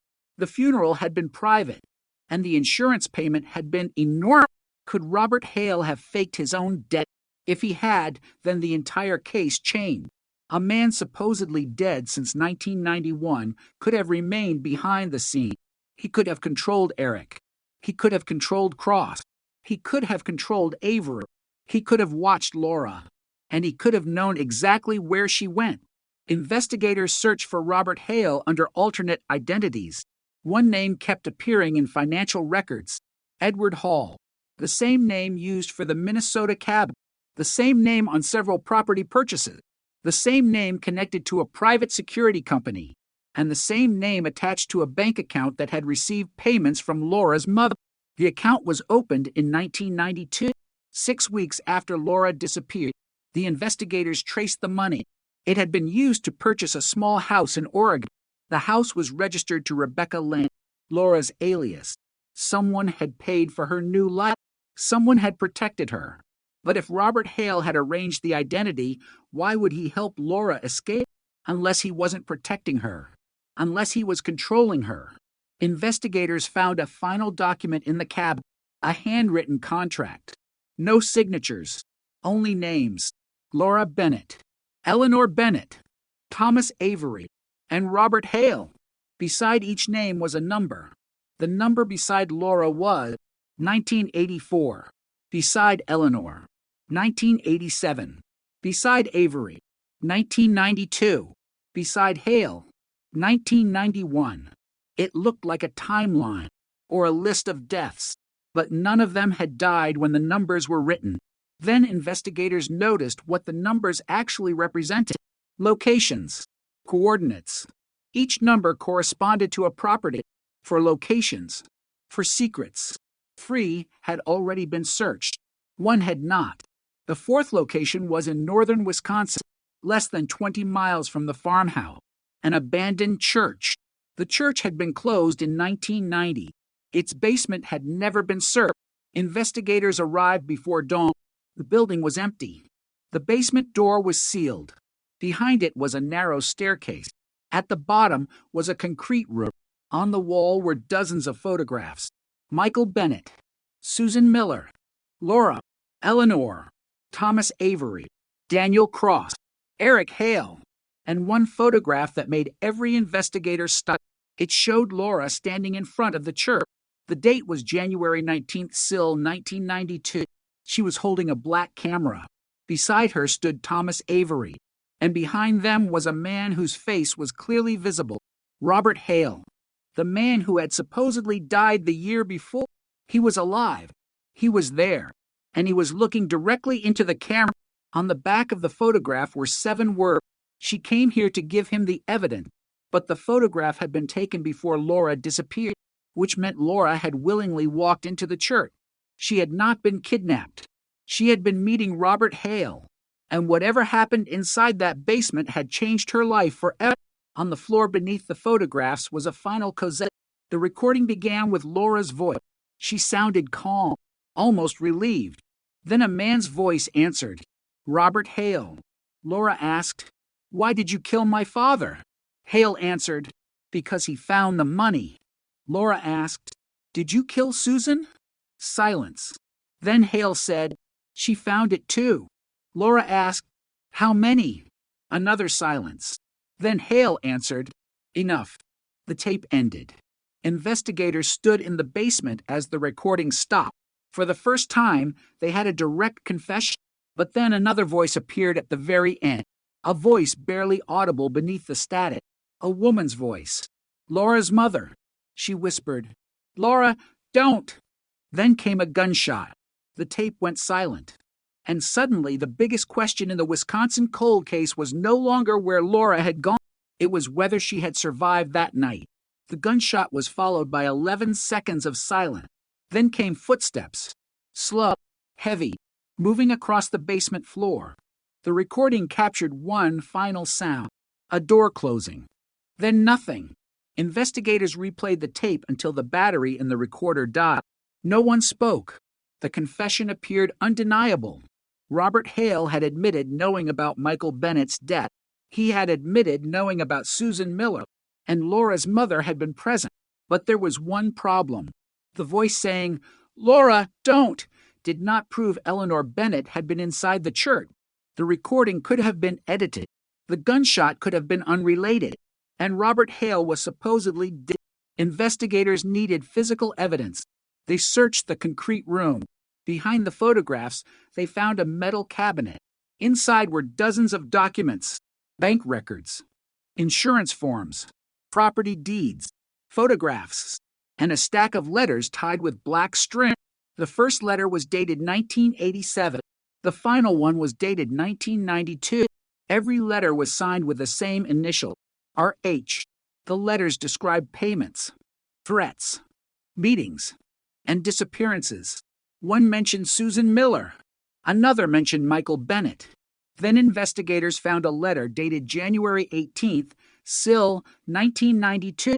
It contained a single sentence. Laura has the photograph. Another letter dated January 19th. She is coming tonight. Then January 20th. The girl refuses to cooperate. The next letter had no date. Only 3 words. Avery changed side. That sentence explained why Thomas Avery had later helped Laura disappear. He had begun as part of the system. Then he turned against it. But the final letter was different. It was written in Eleanor Bennett's handwriting. "I cannot let them kill my daughter." Underneath, "If Avery helps her, I will help him." Then, "But Laura must never know the entire truth." Investigators read the sentence again. What truth had Laura never been told? They searched the rest of the room. A second metal box was hidden behind a wall. Inside was a birth certificate. Not Laura's, a child's. The name was David Bennett, born in 1961. Michael Bennett was listed as the father. Eleanor Bennett was listed as the mother. But Laura had always believed she was an only child. David had died in infancy. That was the official story. Yet investigators found another document, a hospital discharge record. David had survived. He had been transferred to another facility. Then the record stopped. Someone had erased his existence. Why? Because David had been born with a rare genetic condition. And according to the documents, his medical treatment had been funded by Robert Hale. The investigators stared at the paper. This was not simply about a quarrel. It was about the Bennett family. Michael had discovered the financial fraud. Eleanor had known. Laura had discovered both. And David had been hidden. But why? The answer came from an old letter. Michael had written, "Hale wants the boy because the boy is proof." The sentence was incomplete. The rest of the page had been torn away. Investigators searched hospital archives. They found David's name under another identity, Daniel Reeves, a boy transferred from Wisconsin to Illinois in 1962. The same Daniel Reeves later became a financial officer for Robert Hale's company. He had died in 2001. Investigators had never connected him to the Bennett family, but DNA could. A family comparison was conducted. The result was nearly conclusive. Daniel Reeves was Laura's biological brother. He had survived. He had been raised under another name, and he had eventually worked for the man who had allegedly killed his father. That explained another mystery. Daniel Cross had not been the only person inside the network. Daniel Reeves was there too, and he may have known the entire history. Investigators traced his old employment records. In 1987, Reeves was listed as an accountant for Hale Industries. He had access to financial accounts. He knew where the money went. He knew which officials were being paid. He knew which employees were being threatened. And he knew about Michael Bennett. The investigators found a photograph from a company meeting. Reeves stood beside Robert Hale. Behind them was Eric Hale, and at the edge of the frame was Thomas Avery. The same four men, the same network, the same secret. Then they noticed a fifth person, Laura's mother, Eleanor. She was standing beside Robert Hale. She was holding an envelope. The photograph was dated 3 months before Michael's death. The investigators enlarged the envelope. The initials were visible. M.B. Michael Bennett. Eleanor had been carrying a letter from her husband. She had apparently delivered it to Hale. Why? The question led investigators back to the original accident. Michael had written a letter before his death, a letter that had disappeared. Perhaps Eleanor had taken it. Perhaps Hale had demanded it. Perhaps it contained the evidence. But the new document suggested something darker.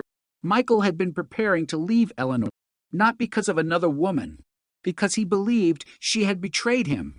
A letter discovered in the church said, "I know you accepted Hale's money." Another, "I know what you promised him."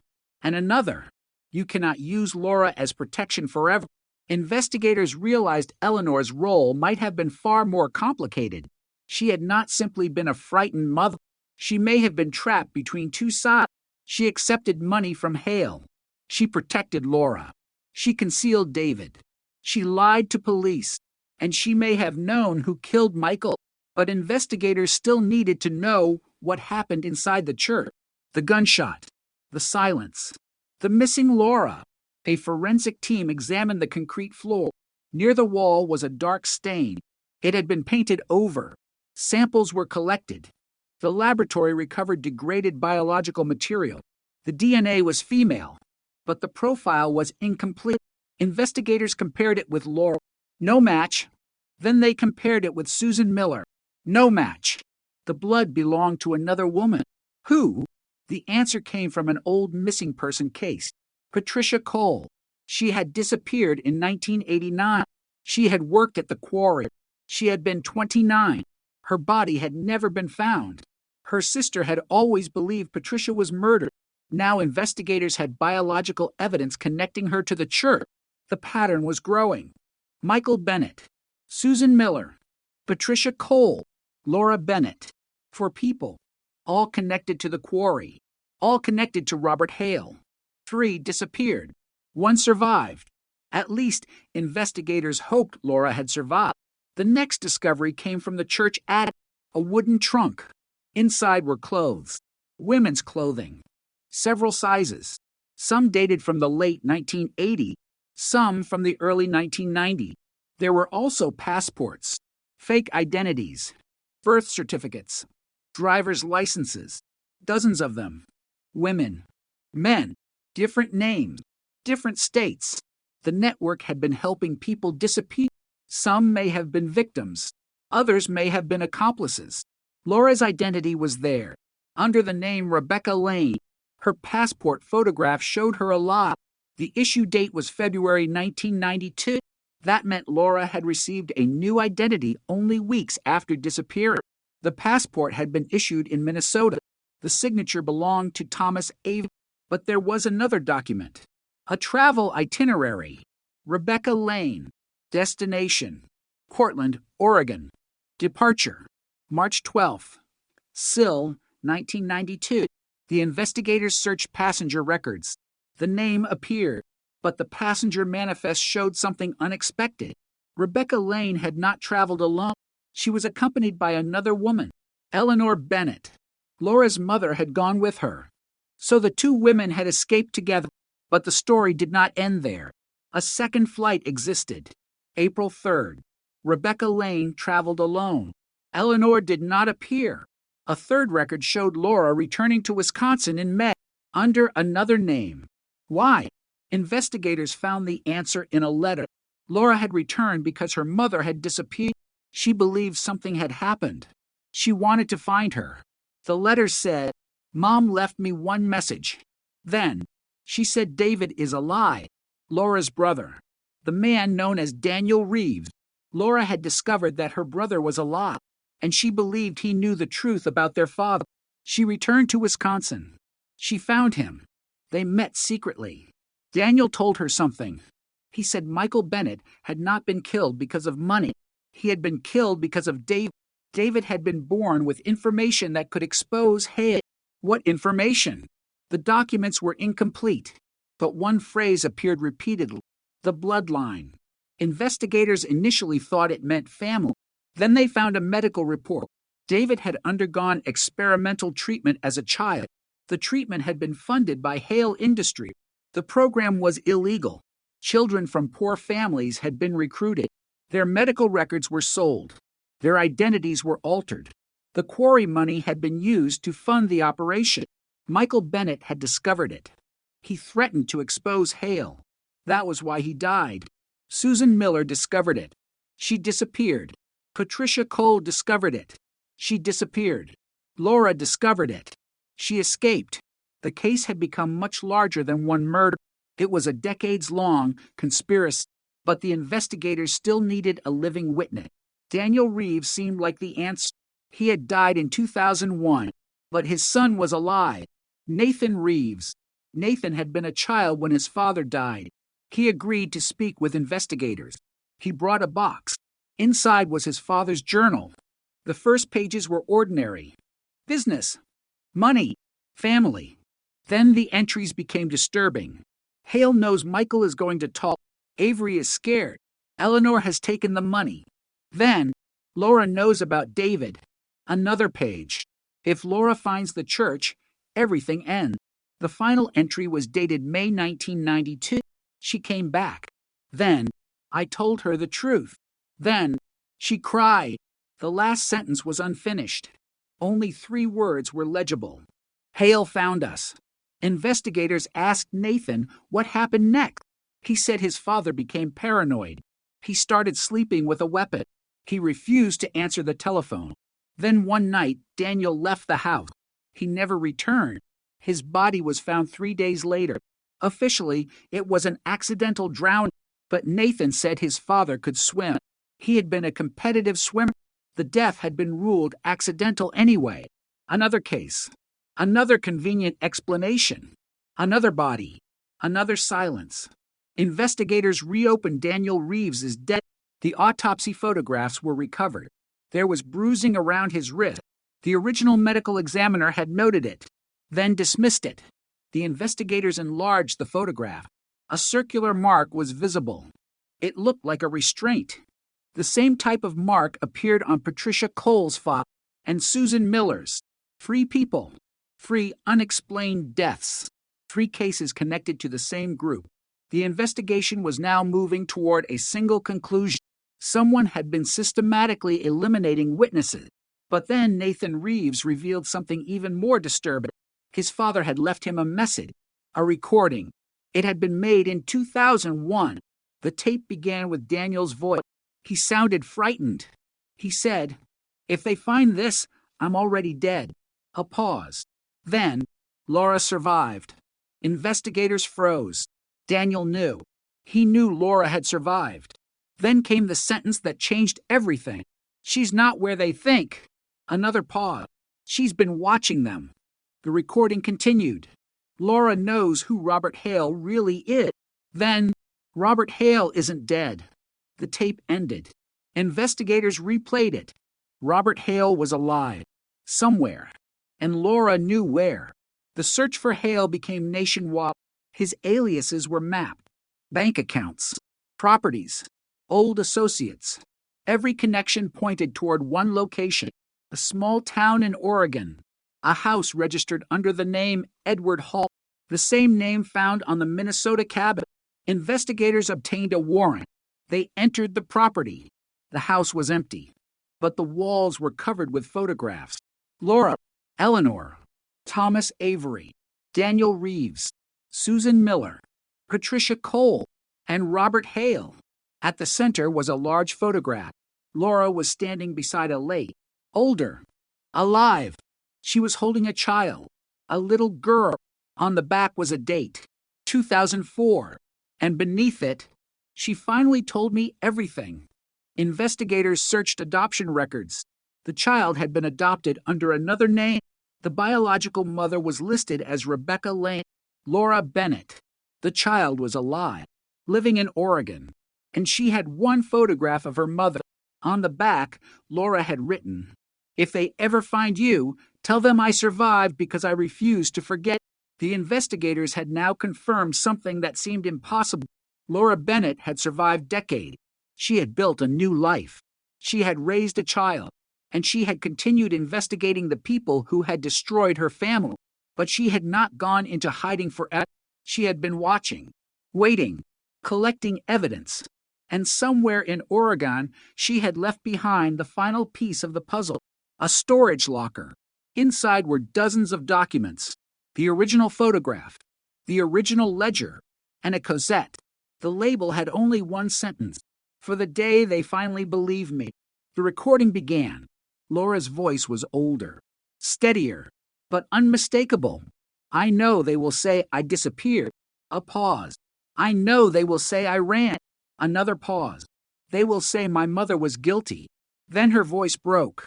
But she wasn't. Laura explained that Eleanor had accepted money to keep Laura alive. She had lied because Hale threatened to kill her children. She had helped Laura escape. She had never betrayed her. Then Laura said the sentence investigators had been waiting 34 years to hear. "I know who killed my father." Silence. Then, "His name is Robert Hale." But Laura did not stop there. She continued, "Robert Hale is not the man you think he is." A pause. "He died in 1991. Another pause. "But the man using his name didn't." The recording ended. Investigators looked at each other. The entire case had been built around one impossible question. Who was Robert Hale? The answer was hidden inside the original family records. And when investigators finally compared the DNA of the man buried under Robert Hale's name, they found something extraordinary. The body was not Hale, but it was related to him, a close relative, his brother, which meant Robert Hale had successfully faked his death, and the man investigators had been hunting for decades was still alive. But there was one final problem. Laura had left one instruction.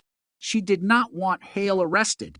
She wanted the truth exposed first, because she believed there were still people protecting him, people with money, people with influence, people who had survived every investigation.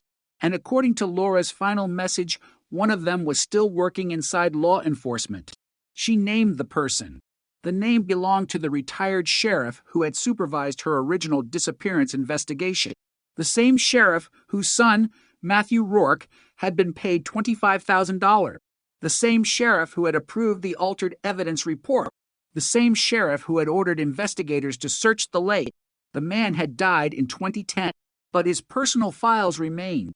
And inside those files was a sealed envelope, addressed to Laura Bennett. It had never been opened. Until now. The envelope had been sealed for 34 years. Across the front, written in blue ink, were 3 words, "For Laura Bennett." There was no return address, no explanation, no date, only her name. Investigators placed the envelope beneath a forensic scanner before opening it. The paper was old. The adhesive had yellowed. The seal carried no visible fingerprint. Inside was a single sheet. The handwriting belonged to Sheriff Walter Rourke, Matthew Rourke's father, the same sheriff who had overseen Laura's original disappearance investigation, the same man who had ordered the lake search, the same man whose official report contained altered evidence.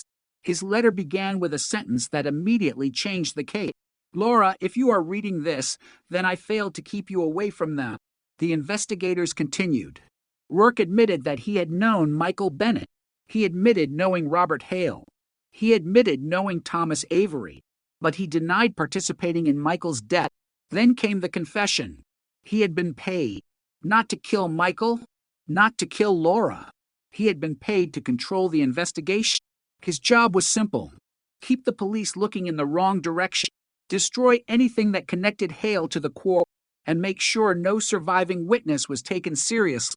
The letter described a system that had operated for years. Police reports could be altered. Evidence could disappear. Witnesses could be discredited. Deaths could be called accidents. Missing people could be forgotten. And the money moved quietly through private account. Rourke had accepted the money because he believed the system was too powerful to challenge. Then Michael Bennett died. Rourke said that was when he realized how far it had gone. Michael had not been the first. He would not be the last. Rourke wrote that he tried to distance himself, but Hale threatened his family. Then Laura began asking questions. She discovered the payments. She found the old photographs. She located Daniel Reeves, and she began approaching people who knew what had happened. Rourke knew she was in danger. He wanted to protect her, but he was afraid. So he did the one thing he believed could keep her alive. He helped make her disappear. The letter continued. I told Avery to help her. I told him to take her somewhere Hale would never search. I told everyone else she was dead. Then came the line that investigators had been waiting decades to read. Laura was alive when she left Wisconsin, but Rourke did not know where she went. He said Thomas Avery handled the escape. Eleanor Bennett followed. The three of them had planned to separate. Laura would disappear under another identity. Eleanor would return home. Avery would remain behind and destroy the trail. It was supposed to end there. It didn't, because Robert Hale discovered the plan. Rourke wrote that Hale had someone inside the group, someone who had betrayed Avery, someone who told Hale where Laura was going. The letter stopped there. The rest of the page had been torn away. Investigators searched the sheriff's archives for the missing portion. Nothing. Then they found a second envelope. This one was hidden inside a locked cabinet. It contained a photograph. The photograph showed Laura at a train station. She was carrying one suitcase. Beside her stood Thomas Avery, and behind them was Eleanor. But the image had something strange. A fourth person stood several yards away, a man wearing a dark coat. His face was turned toward the camera. The image was grainy. Investigators enhanced it. The face became clear. It was Robert Hale, alive, watching. The photograph had been taken on March 12th, Sill, 1992, the same date Laura supposedly left Wisconsin. That meant Hale knew. He had found her before she escaped. But if he knew where she was, why had he allowed her to leave? The answer appeared in the sheriff's letter. Hale had wanted the photograph. The original photograph of Michael Bennett. The photograph Laura had been carrying. Hale believed it contained evidence that could expose the entire operation. He offered Laura a deal, her life in exchange for the photograph. Laura refused. According to Rourke, Hale then threatened Eleanor. He told her that if Laura kept the photograph, Eleanor would disappear too. Laura still refused. So Avery created a second plan. He gave Hale a fake photograph, a copy. The real photograph remained with Laura. That was how she escaped. But Hale eventually discovered the deception, and from that moment forward, Laura could never stop running. Investigators found another note in the sheriff's file, a single sentence. The original is not a photograph. That stopped them. What did it mean? The investigators returned to the farmhouse. They examined every photograph recovered from the floorboard, the Polaroid, the quarry image, the church image. None were original. They were copies. The real evidence had never been found. Then a forensic technician noticed something unusual about Laura's black notebook. The back cover was thicker than the front. The binding was handmade. They carefully separated the layer. A thin strip of photographic film was hidden inside. Not a photograph, a negative. The original image. For 34 years, it had been hidden inside the notebook. The negative was developed. The image appeared. It showed the interior of the quarry. Michael Bennett stood beside a machine. Robert Hale stood several feet away. Thomas Avery was there. Daniel Reeves was there. And Eric Hale was standing behind them. But the most important detail was not the people. It was the wall. Behind Michael was a large chalkboard. On it were dates, names, payment amounts, and a list of initials. The photograph proved the financial network existed. But there was something else. A reflection in the machine's polished metal surface. A fifth man. His face was visible. It was Sheriff Walter Rourke. He had been there. In 1987, before Michael died, Rourke had lied. He had known the men. He had seen the operation. And he had been present at the quarry shortly before Michael's death. But the photograph revealed something even more disturbing. Michael was looking directly at Rourke. His expression was not angry. It was terrified, as if he knew exactly what Rourke was about to do. Investigators enlarged the photograph again. Michael was holding a folder. On the folder was a label. David, his missing son. The investigators now understood. Michael had discovered that his first child had survived. He had discovered that David had been taken into Hale's network, and he intended to expose it. That was why Michael died. But the evidence did not prove who killed him. Then the forensic team noticed something in the photograph. A clock. The time was visible. 8:42 p.m. Investigators compared that time with the official accident report. The report claimed the accident occurred at 9:17 p.m. 35 minutes had disappeared. That meant the official timeline was false. Michael had been alive at 8:42. The accident was supposedly at 9:17. What happened during those 35 minutes? A second photograph provided the answer. It showed Michael outside the quarry. He was standing beside a vehicle. The image timestamp was 8:51, 9 minutes after the first photograph. Someone had taken it from inside another car. Michael was not alone. Rourke was standing beside him, and someone was holding Michael's arm. The person was Robert Hale. Investigators examined the image. Michael appeared to be resisting. Rourke appeared to be speaking. Hale stood behind them. The final frame showed Michael being forced toward the quarry entrance. That was the last known photograph of him alive. The investigators now had a murder timeline, but the person who had taken the photographs remained unknown. Then they found a camera hidden inside the sheriff's old garage. The camera had belonged to Rourke. It had been stored in a box for decades. Inside were undeveloped rolls of film. Forensic specialists processed them. One roll contained photographs from the night Michael died. Another contained images from January 1992. Laura, the farmhouse, the church, the lake, Avery, Hale. The evidence was overwhelming. Rourke had been documenting everything. Why? Because he had planned to expose the network. He had been gathering evidence secretly, but he never did. Fear stopped him. The final roll contained only 3 photographs. The first showed Laura leaving the farmhouse. The second showed Avery driving away. The third showed Eleanor standing alone beside the church. In her hands was a small envelope. On the back of the photograph was a handwritten note. She gave it to me. Investigators searched the sheriff's records again. The envelope Eleanor had carried was never found, until a retired clerk remembered something. After Rourke's death, his personal effects had been transferred to a storage facility. One box had been marked. Bennett, do not open. The box had been sitting untouched for 16 years. Inside was the envelope. Investigators opened it. There was a letter from Eleanor. It began, "Laura, I lied to you about your father." The next pages revealed the truth. Michael had discovered David's existence. He had learned that Robert Hale had taken control of the boy's medical records. He had confronted Hale. Then Hale threatened to expose Eleanor's past. Years earlier, she had accepted money from Hale to keep David's identity secret. She had believed she was protecting her son. Instead, she had helped Hale control him. Michael discovered the truth. He wanted to go public. Eleanor begged him not to. He refused. That night, Michael was killed. Eleanor knew who had done it. She knew Rourke had been there. She knew Hale was responsible. And she stayed silent, not because she supported them, because she believed Hale would kill Laura next.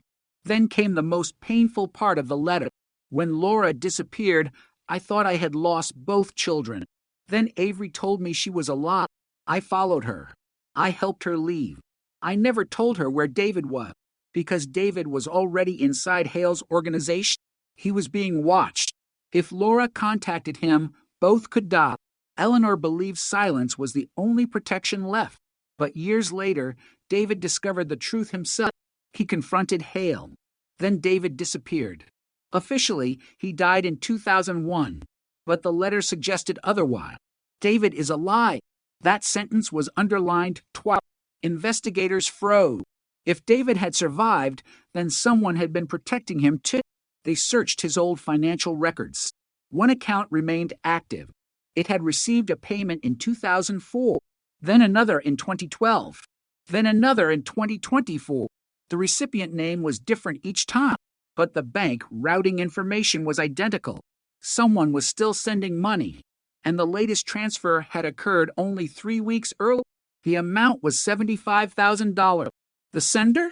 An account registered to Edward Hall, the same alias connected to Robert Hale, the same alias used at the Minnesota cabin, the same alias connected to the Oregon house. Investigators traced the transfer to a small private bank in Montana. The account holder was unknown, but the bank had one piece of information: a mailing address, a remote property. Investigators arrived before sunrise. The house looked abandoned. Snow covered the driveway. No lights, no vehicles, but smoke rose from the chimney. Someone was inside. The investigators approached carefully. They knocked. No response. They knocked again. A voice came from inside. An elderly woman. "Who is it?" The detective gave his name. Silence. Then the door opened. The woman standing there was in her 70s. Gray hair, thin face, sharp eyes. The detective looked at her photograph, then looked back at the woman. It was Eleanor Bennett, Laura's mother, alive. She had disappeared decades earlier. She had been living under another identity. And when the detective asked where Laura was, Eleanor did not answer. Instead, she asked one question: "Did you find the photograph?" The detective said yes. Eleanor closed her eyes, then whispered, "Then he knows you're here." "Who?" She looked past the investigators toward the road. "Robert." A vehicle appeared in the distance. A dark pickup, moving slowly through the snow. Eleanor's expression changed instantly. She stepped backward. "Lock the door." The investigators turned. The pickup stopped. The driver's door opened. A man stepped out. He was old. His hair was white. His posture was slightly bent. But there was no doubt. The face matched the photographs. Robert Hale. The man officially declared dead in 1991. He stood outside the house. He looked directly at Eleanor. Then he looked at the investigator and raised one hand. In it was a black Cosette. He shouted through the snow, "You want the truth?" He held the Cosette higher. "Ask Laura." Then he turned. The pickup accelerated away. Investigators chased the vehicle, but the road disappeared into thick forest. When they returned to the house, Eleanor was gone. The back door stood open. On the kitchen table was the Cosette Hale had been holding. Beside it was a handwritten message: "He isn't the last one." And beneath that, "Neither am I." The Cosette contained only one sentence. Laura's voice, older now, calm, almost whispering. "Robert Hale is alive." A pause. "But he isn't the man who started this." Another pause. "The man who started this died in 1987. Then the recording ended. Investigators replayed it. The date on the file was 2026. Laura had recorded it recently. She was alive. She knew where Hale was. And she knew the identity of the person behind the entire conspiracy. But that name was still missing. Until investigators noticed something written beneath the Cosette. A single word: David. The word David changed the entire investigation. For 34 years, investigators had believed David Bennett was a missing piece of the past. Now it appeared he was the key to everything still happening in the present. The Cosette had been recorded recently. Laura was alive. Eleanor had disappeared again. Robert Hale had appeared outside the house and escaped. And somewhere beyond the investigation was David Bennett, the child whose existence had been erased before Laura was old enough to understand she had a brother. Investigators began with the only confirmed fact. David had been known publicly as Daniel Reed. He had worked for Robert Hale.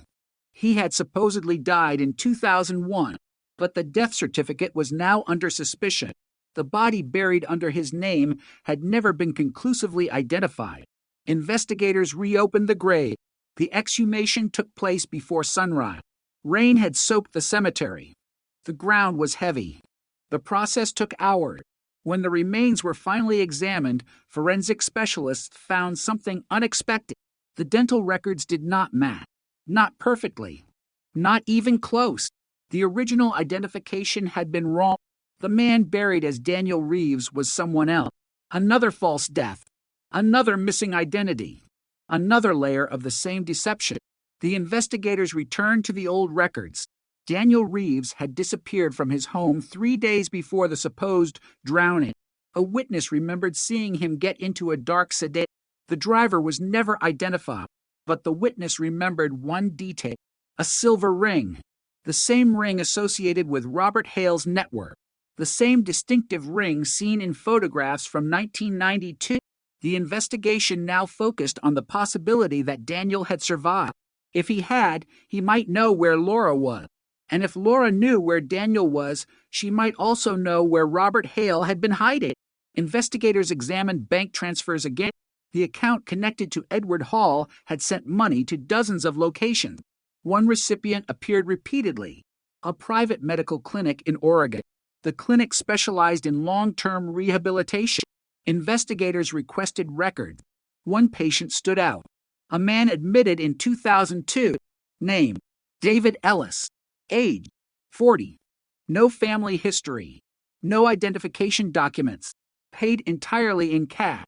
The clinic had been instructed never to photograph him, but one nurse had kept a personal photograph. She handed it to investigators. The man in the photograph looked older. His hair was gray. His face was thinner. But the resemblance to Laura Bennett was unmistakable. DNA testing confirmed it. David Bennett was alive. He had been living under another identity for more than 2 decades. Investigators located him in a remote Oregon community. This time, he did not run. He opened the door himself. He looked at the investigators. Then he said, "I've been waiting." The interview lasted nearly 6 hours. David told them everything, or almost everything. He said his father discovered the illegal medical program in 1986. Children were being moved through private clinics. Their medical records were altered. Their identities were changed.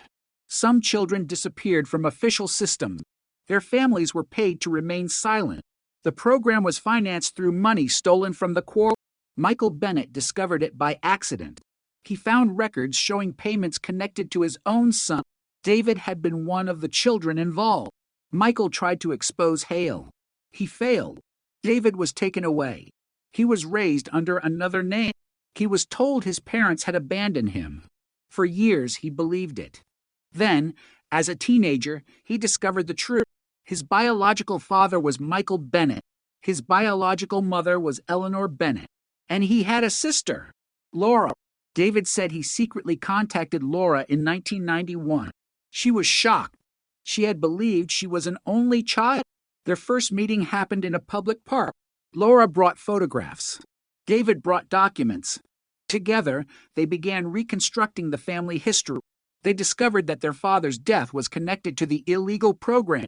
They also discovered something worse. The program had not ended. It had changed. The old quarry network had evolved into a private intelligence operation. People were tracked. Witnesses were monitored. Identities were manipulated. Financial records were buried. And anyone who threatened to expose the system could be made to disappear. David said Robert Hale had not created the system. He had inherited it.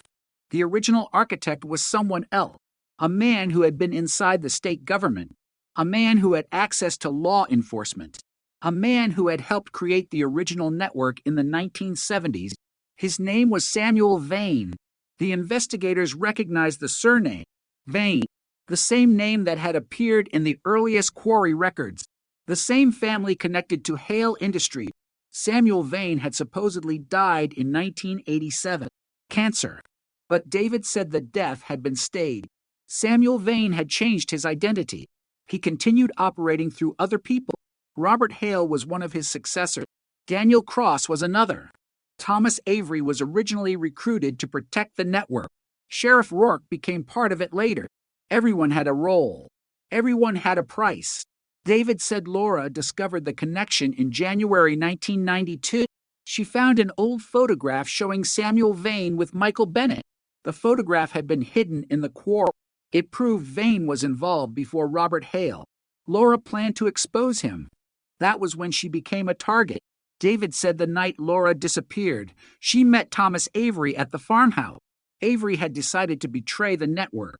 He wanted to help her escape, but Robert Hale arrived. So did Sheriff Rourke, and so did another man, Samuel Vane, the man everyone believed had died 5 years earlier. David said he was not physically present at the farmhouse, but he was listening. There was a hidden microphone inside the building. The network had been recording Laura. They knew what she knew. They knew she had the photograph. They knew she had the notebook. And they knew she had discovered David was alive. David said that was the real danger. Not the money. Not the quarry. Not the old accident. David was proof that the network had existed for decades. His existence could expose the entire system. Laura refused to give him up. Avery helped her escape. Eleanor followed. Rourke created the false disappearance. Hale tried to recover the evidence, but Laura kept the original negative. The negative later hidden inside her notebook. That was the evidence investigators had finally recovered. David then revealed something even more disturbing. Laura had never stopped investigating. She had spent decades collecting evidence. She built files, recorded interviews, tracked payments, identified aliases. She knew who had participated. And she knew that Robert Hale was not the only person still alive. Several members of the network remained active. David said one was a judge. Another was a former federal contractor. Another controlled a private security company.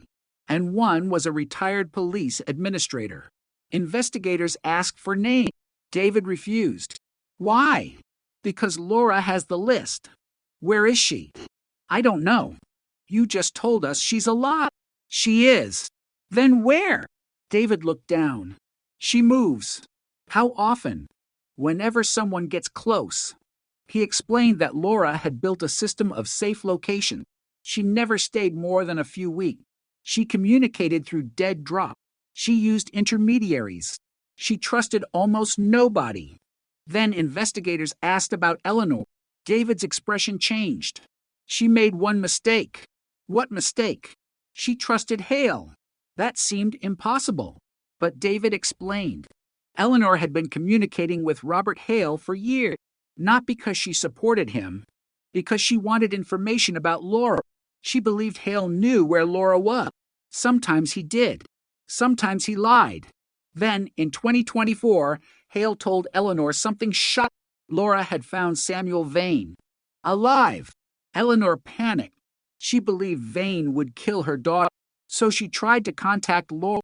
That was why the recent photographs existed. That was why the money moved. That was why Hale suddenly resurfaced. The entire old network was waking up. David said Laura had discovered something new, a final archive, a hidden collection of original documents from the 1970s. The archive contained names of everyone involved, not only people in Wisconsin, people across several states, banks, police departments, medical companies, government offices, private contractors. It was the master record, and Laura had found it. Investigators asked where. David shook his head.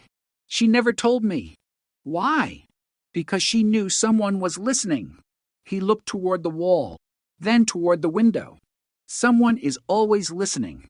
The investigators asked David whether he had been watched. He nodded. Since 2004. By whom? Different people. Names? No. Faces? Sometimes. Did Hale send them? Not always. David reached into a drawer. He pulled out a notebook. Inside were dozens of license plates, dates, locations, descriptions. The most recent entry was 3 days old. A dark pickup, Oregon plate, seen outside his house. David said the vehicle had followed him for 2 weeks. He believed the network knew investigators had found him. The detective asked whether the driver had ever approached. David said no. Then he pointed to a photograph. The truck was visible in the background. The driver was partially visible. The image was enlarged. Investigators recognized the face. It was Robert Hale, the man officially dead since 1991. He had been watching David. But there was another person in the passenger seat, a woman. Investigators enhanced the image. The woman looked older, gray hair, thin face. It was Eleanor Bennett, David's mother, Laura's mother. She had not been kidnapped. She was with Hale, or at least she had been. David looked at the photograph. His face hardened. She went with him. Why? To protect Laura. The investigators asked him what he meant. David explained that Eleanor had agreed to lead Hale away from Laura. She had convinced him she knew where Laura was. She had become bait. But David didn't know whether the plan had worked. The photograph was taken only days earlier. Eleanor was alive. Hale was alive. And both were moving. Investigators issued alerts, but the two disappeared. Again, then David received a letter. No stamp, no return address. It had been placed beneath his front door. The envelope contained a photograph. Laura. She was standing in a forest. She looked directly into the camera. Older, calmer, alive. On the back she had written, "Tell them the truth about 1987. David read the message. Then he looked at the investigator. She's ready. Ready for what? To come back. The investigators asked where. David said he didn't know. Then he turned the photograph over again. A second message had been written beneath the first. The church. Investigators immediately understood. The abandoned church. The place where Laura had met Robert Hale. The place where the cassette had been recorded. The place where the hidden photographs had been found. They returned to Wisconsin. The church was surrounded. No one entered. At 2:13 a.m., a vehicle approached. A woman stepped out. She carried a small suitcase. She walked toward the church. The officers raised their weapons. She stopped, then turned. For a moment, nobody moved. The woman was older. Her hair was gray. Her face carried decades of exhaustion, but the eyes were unmistakable. Laura Bennett. She looked at the investigators, then said, "I know who killed my father." The detective stepped forward. "Laura?" She nodded. "I know everything." Then she looked toward the church. "But if you want the truth, you need to understand something." "What?" "Robert Hale didn't kill my father." The investigators froze. Laura continued. "He was there. He helped cover it up. But he didn't do it." "Who did?" Laura looked directly at them. Then she said the name. Samuel Vane. The man officially dead since 1987. The man who had supposedly vanished decades earlier. The man David claimed was the true architect. Laura said Vane had ordered Michael Bennett's death. But there was more. She said Vane had been protected by people still alive. People who had spent decades destroying evidence. People who had manipulated investigation. People who had made witnesses disappear. She opened the suitcase. Inside were hundreds of pages. Names. Dates. Bank transfers. Photographs. Original police reports. And one final object. A small cassette recorder. Laura placed it on the hood of the police vehicle. "This is the recording of my father's final night." The detective stared at it. "Why didn't you give this to police 34 years ago?" Laura's expression hardened. "Because I did." Silence. "I gave it to Thomas Avery." "What happened?" "He gave it to Sheriff Rourke." "And Rourke?" "He gave it to Vane." The detective looked toward the church. "So the evidence was destroyed?" Laura shook her head. "No." She pointed to the recorder. "They kept the copy." "Why?" "Because they wanted to hear what my father said before he died." The investigator asked, "What did he say?" Laura looked away. "He named everyone." Then she pressed the recorder's button. Static filled the night. A man's breathing emerged. Michael Bennett. Weak, frightened, but alive. Then his voice came through. "If you are hearing this, they already know." A pause. "They are not after the money." Another breath. "They are after David." Then Michael said one final sentence. A sentence Laura had spent 34 years trying to understand. David is not their victim. Silence. He's their witness. The recording stopped. Laura closed her eyes, and behind the investigators, a vehicle engine suddenly roared. A dark pickup burst from the tree. It accelerated toward the church. Officers moved. The truck swerved. The passenger door opened. Someone threw a metal box onto the pavement. Then the vehicle disappeared into the darkness. Laura stared at the box. She knew what it was. The archive, she whispered. The investigators opened it. Inside were thousands of documents. The original network records. The name. The payments. The identities. The evidence that had been hidden for decades. But on top of everything was a single photograph. Samuel Vane, standing beside Michael Bennett.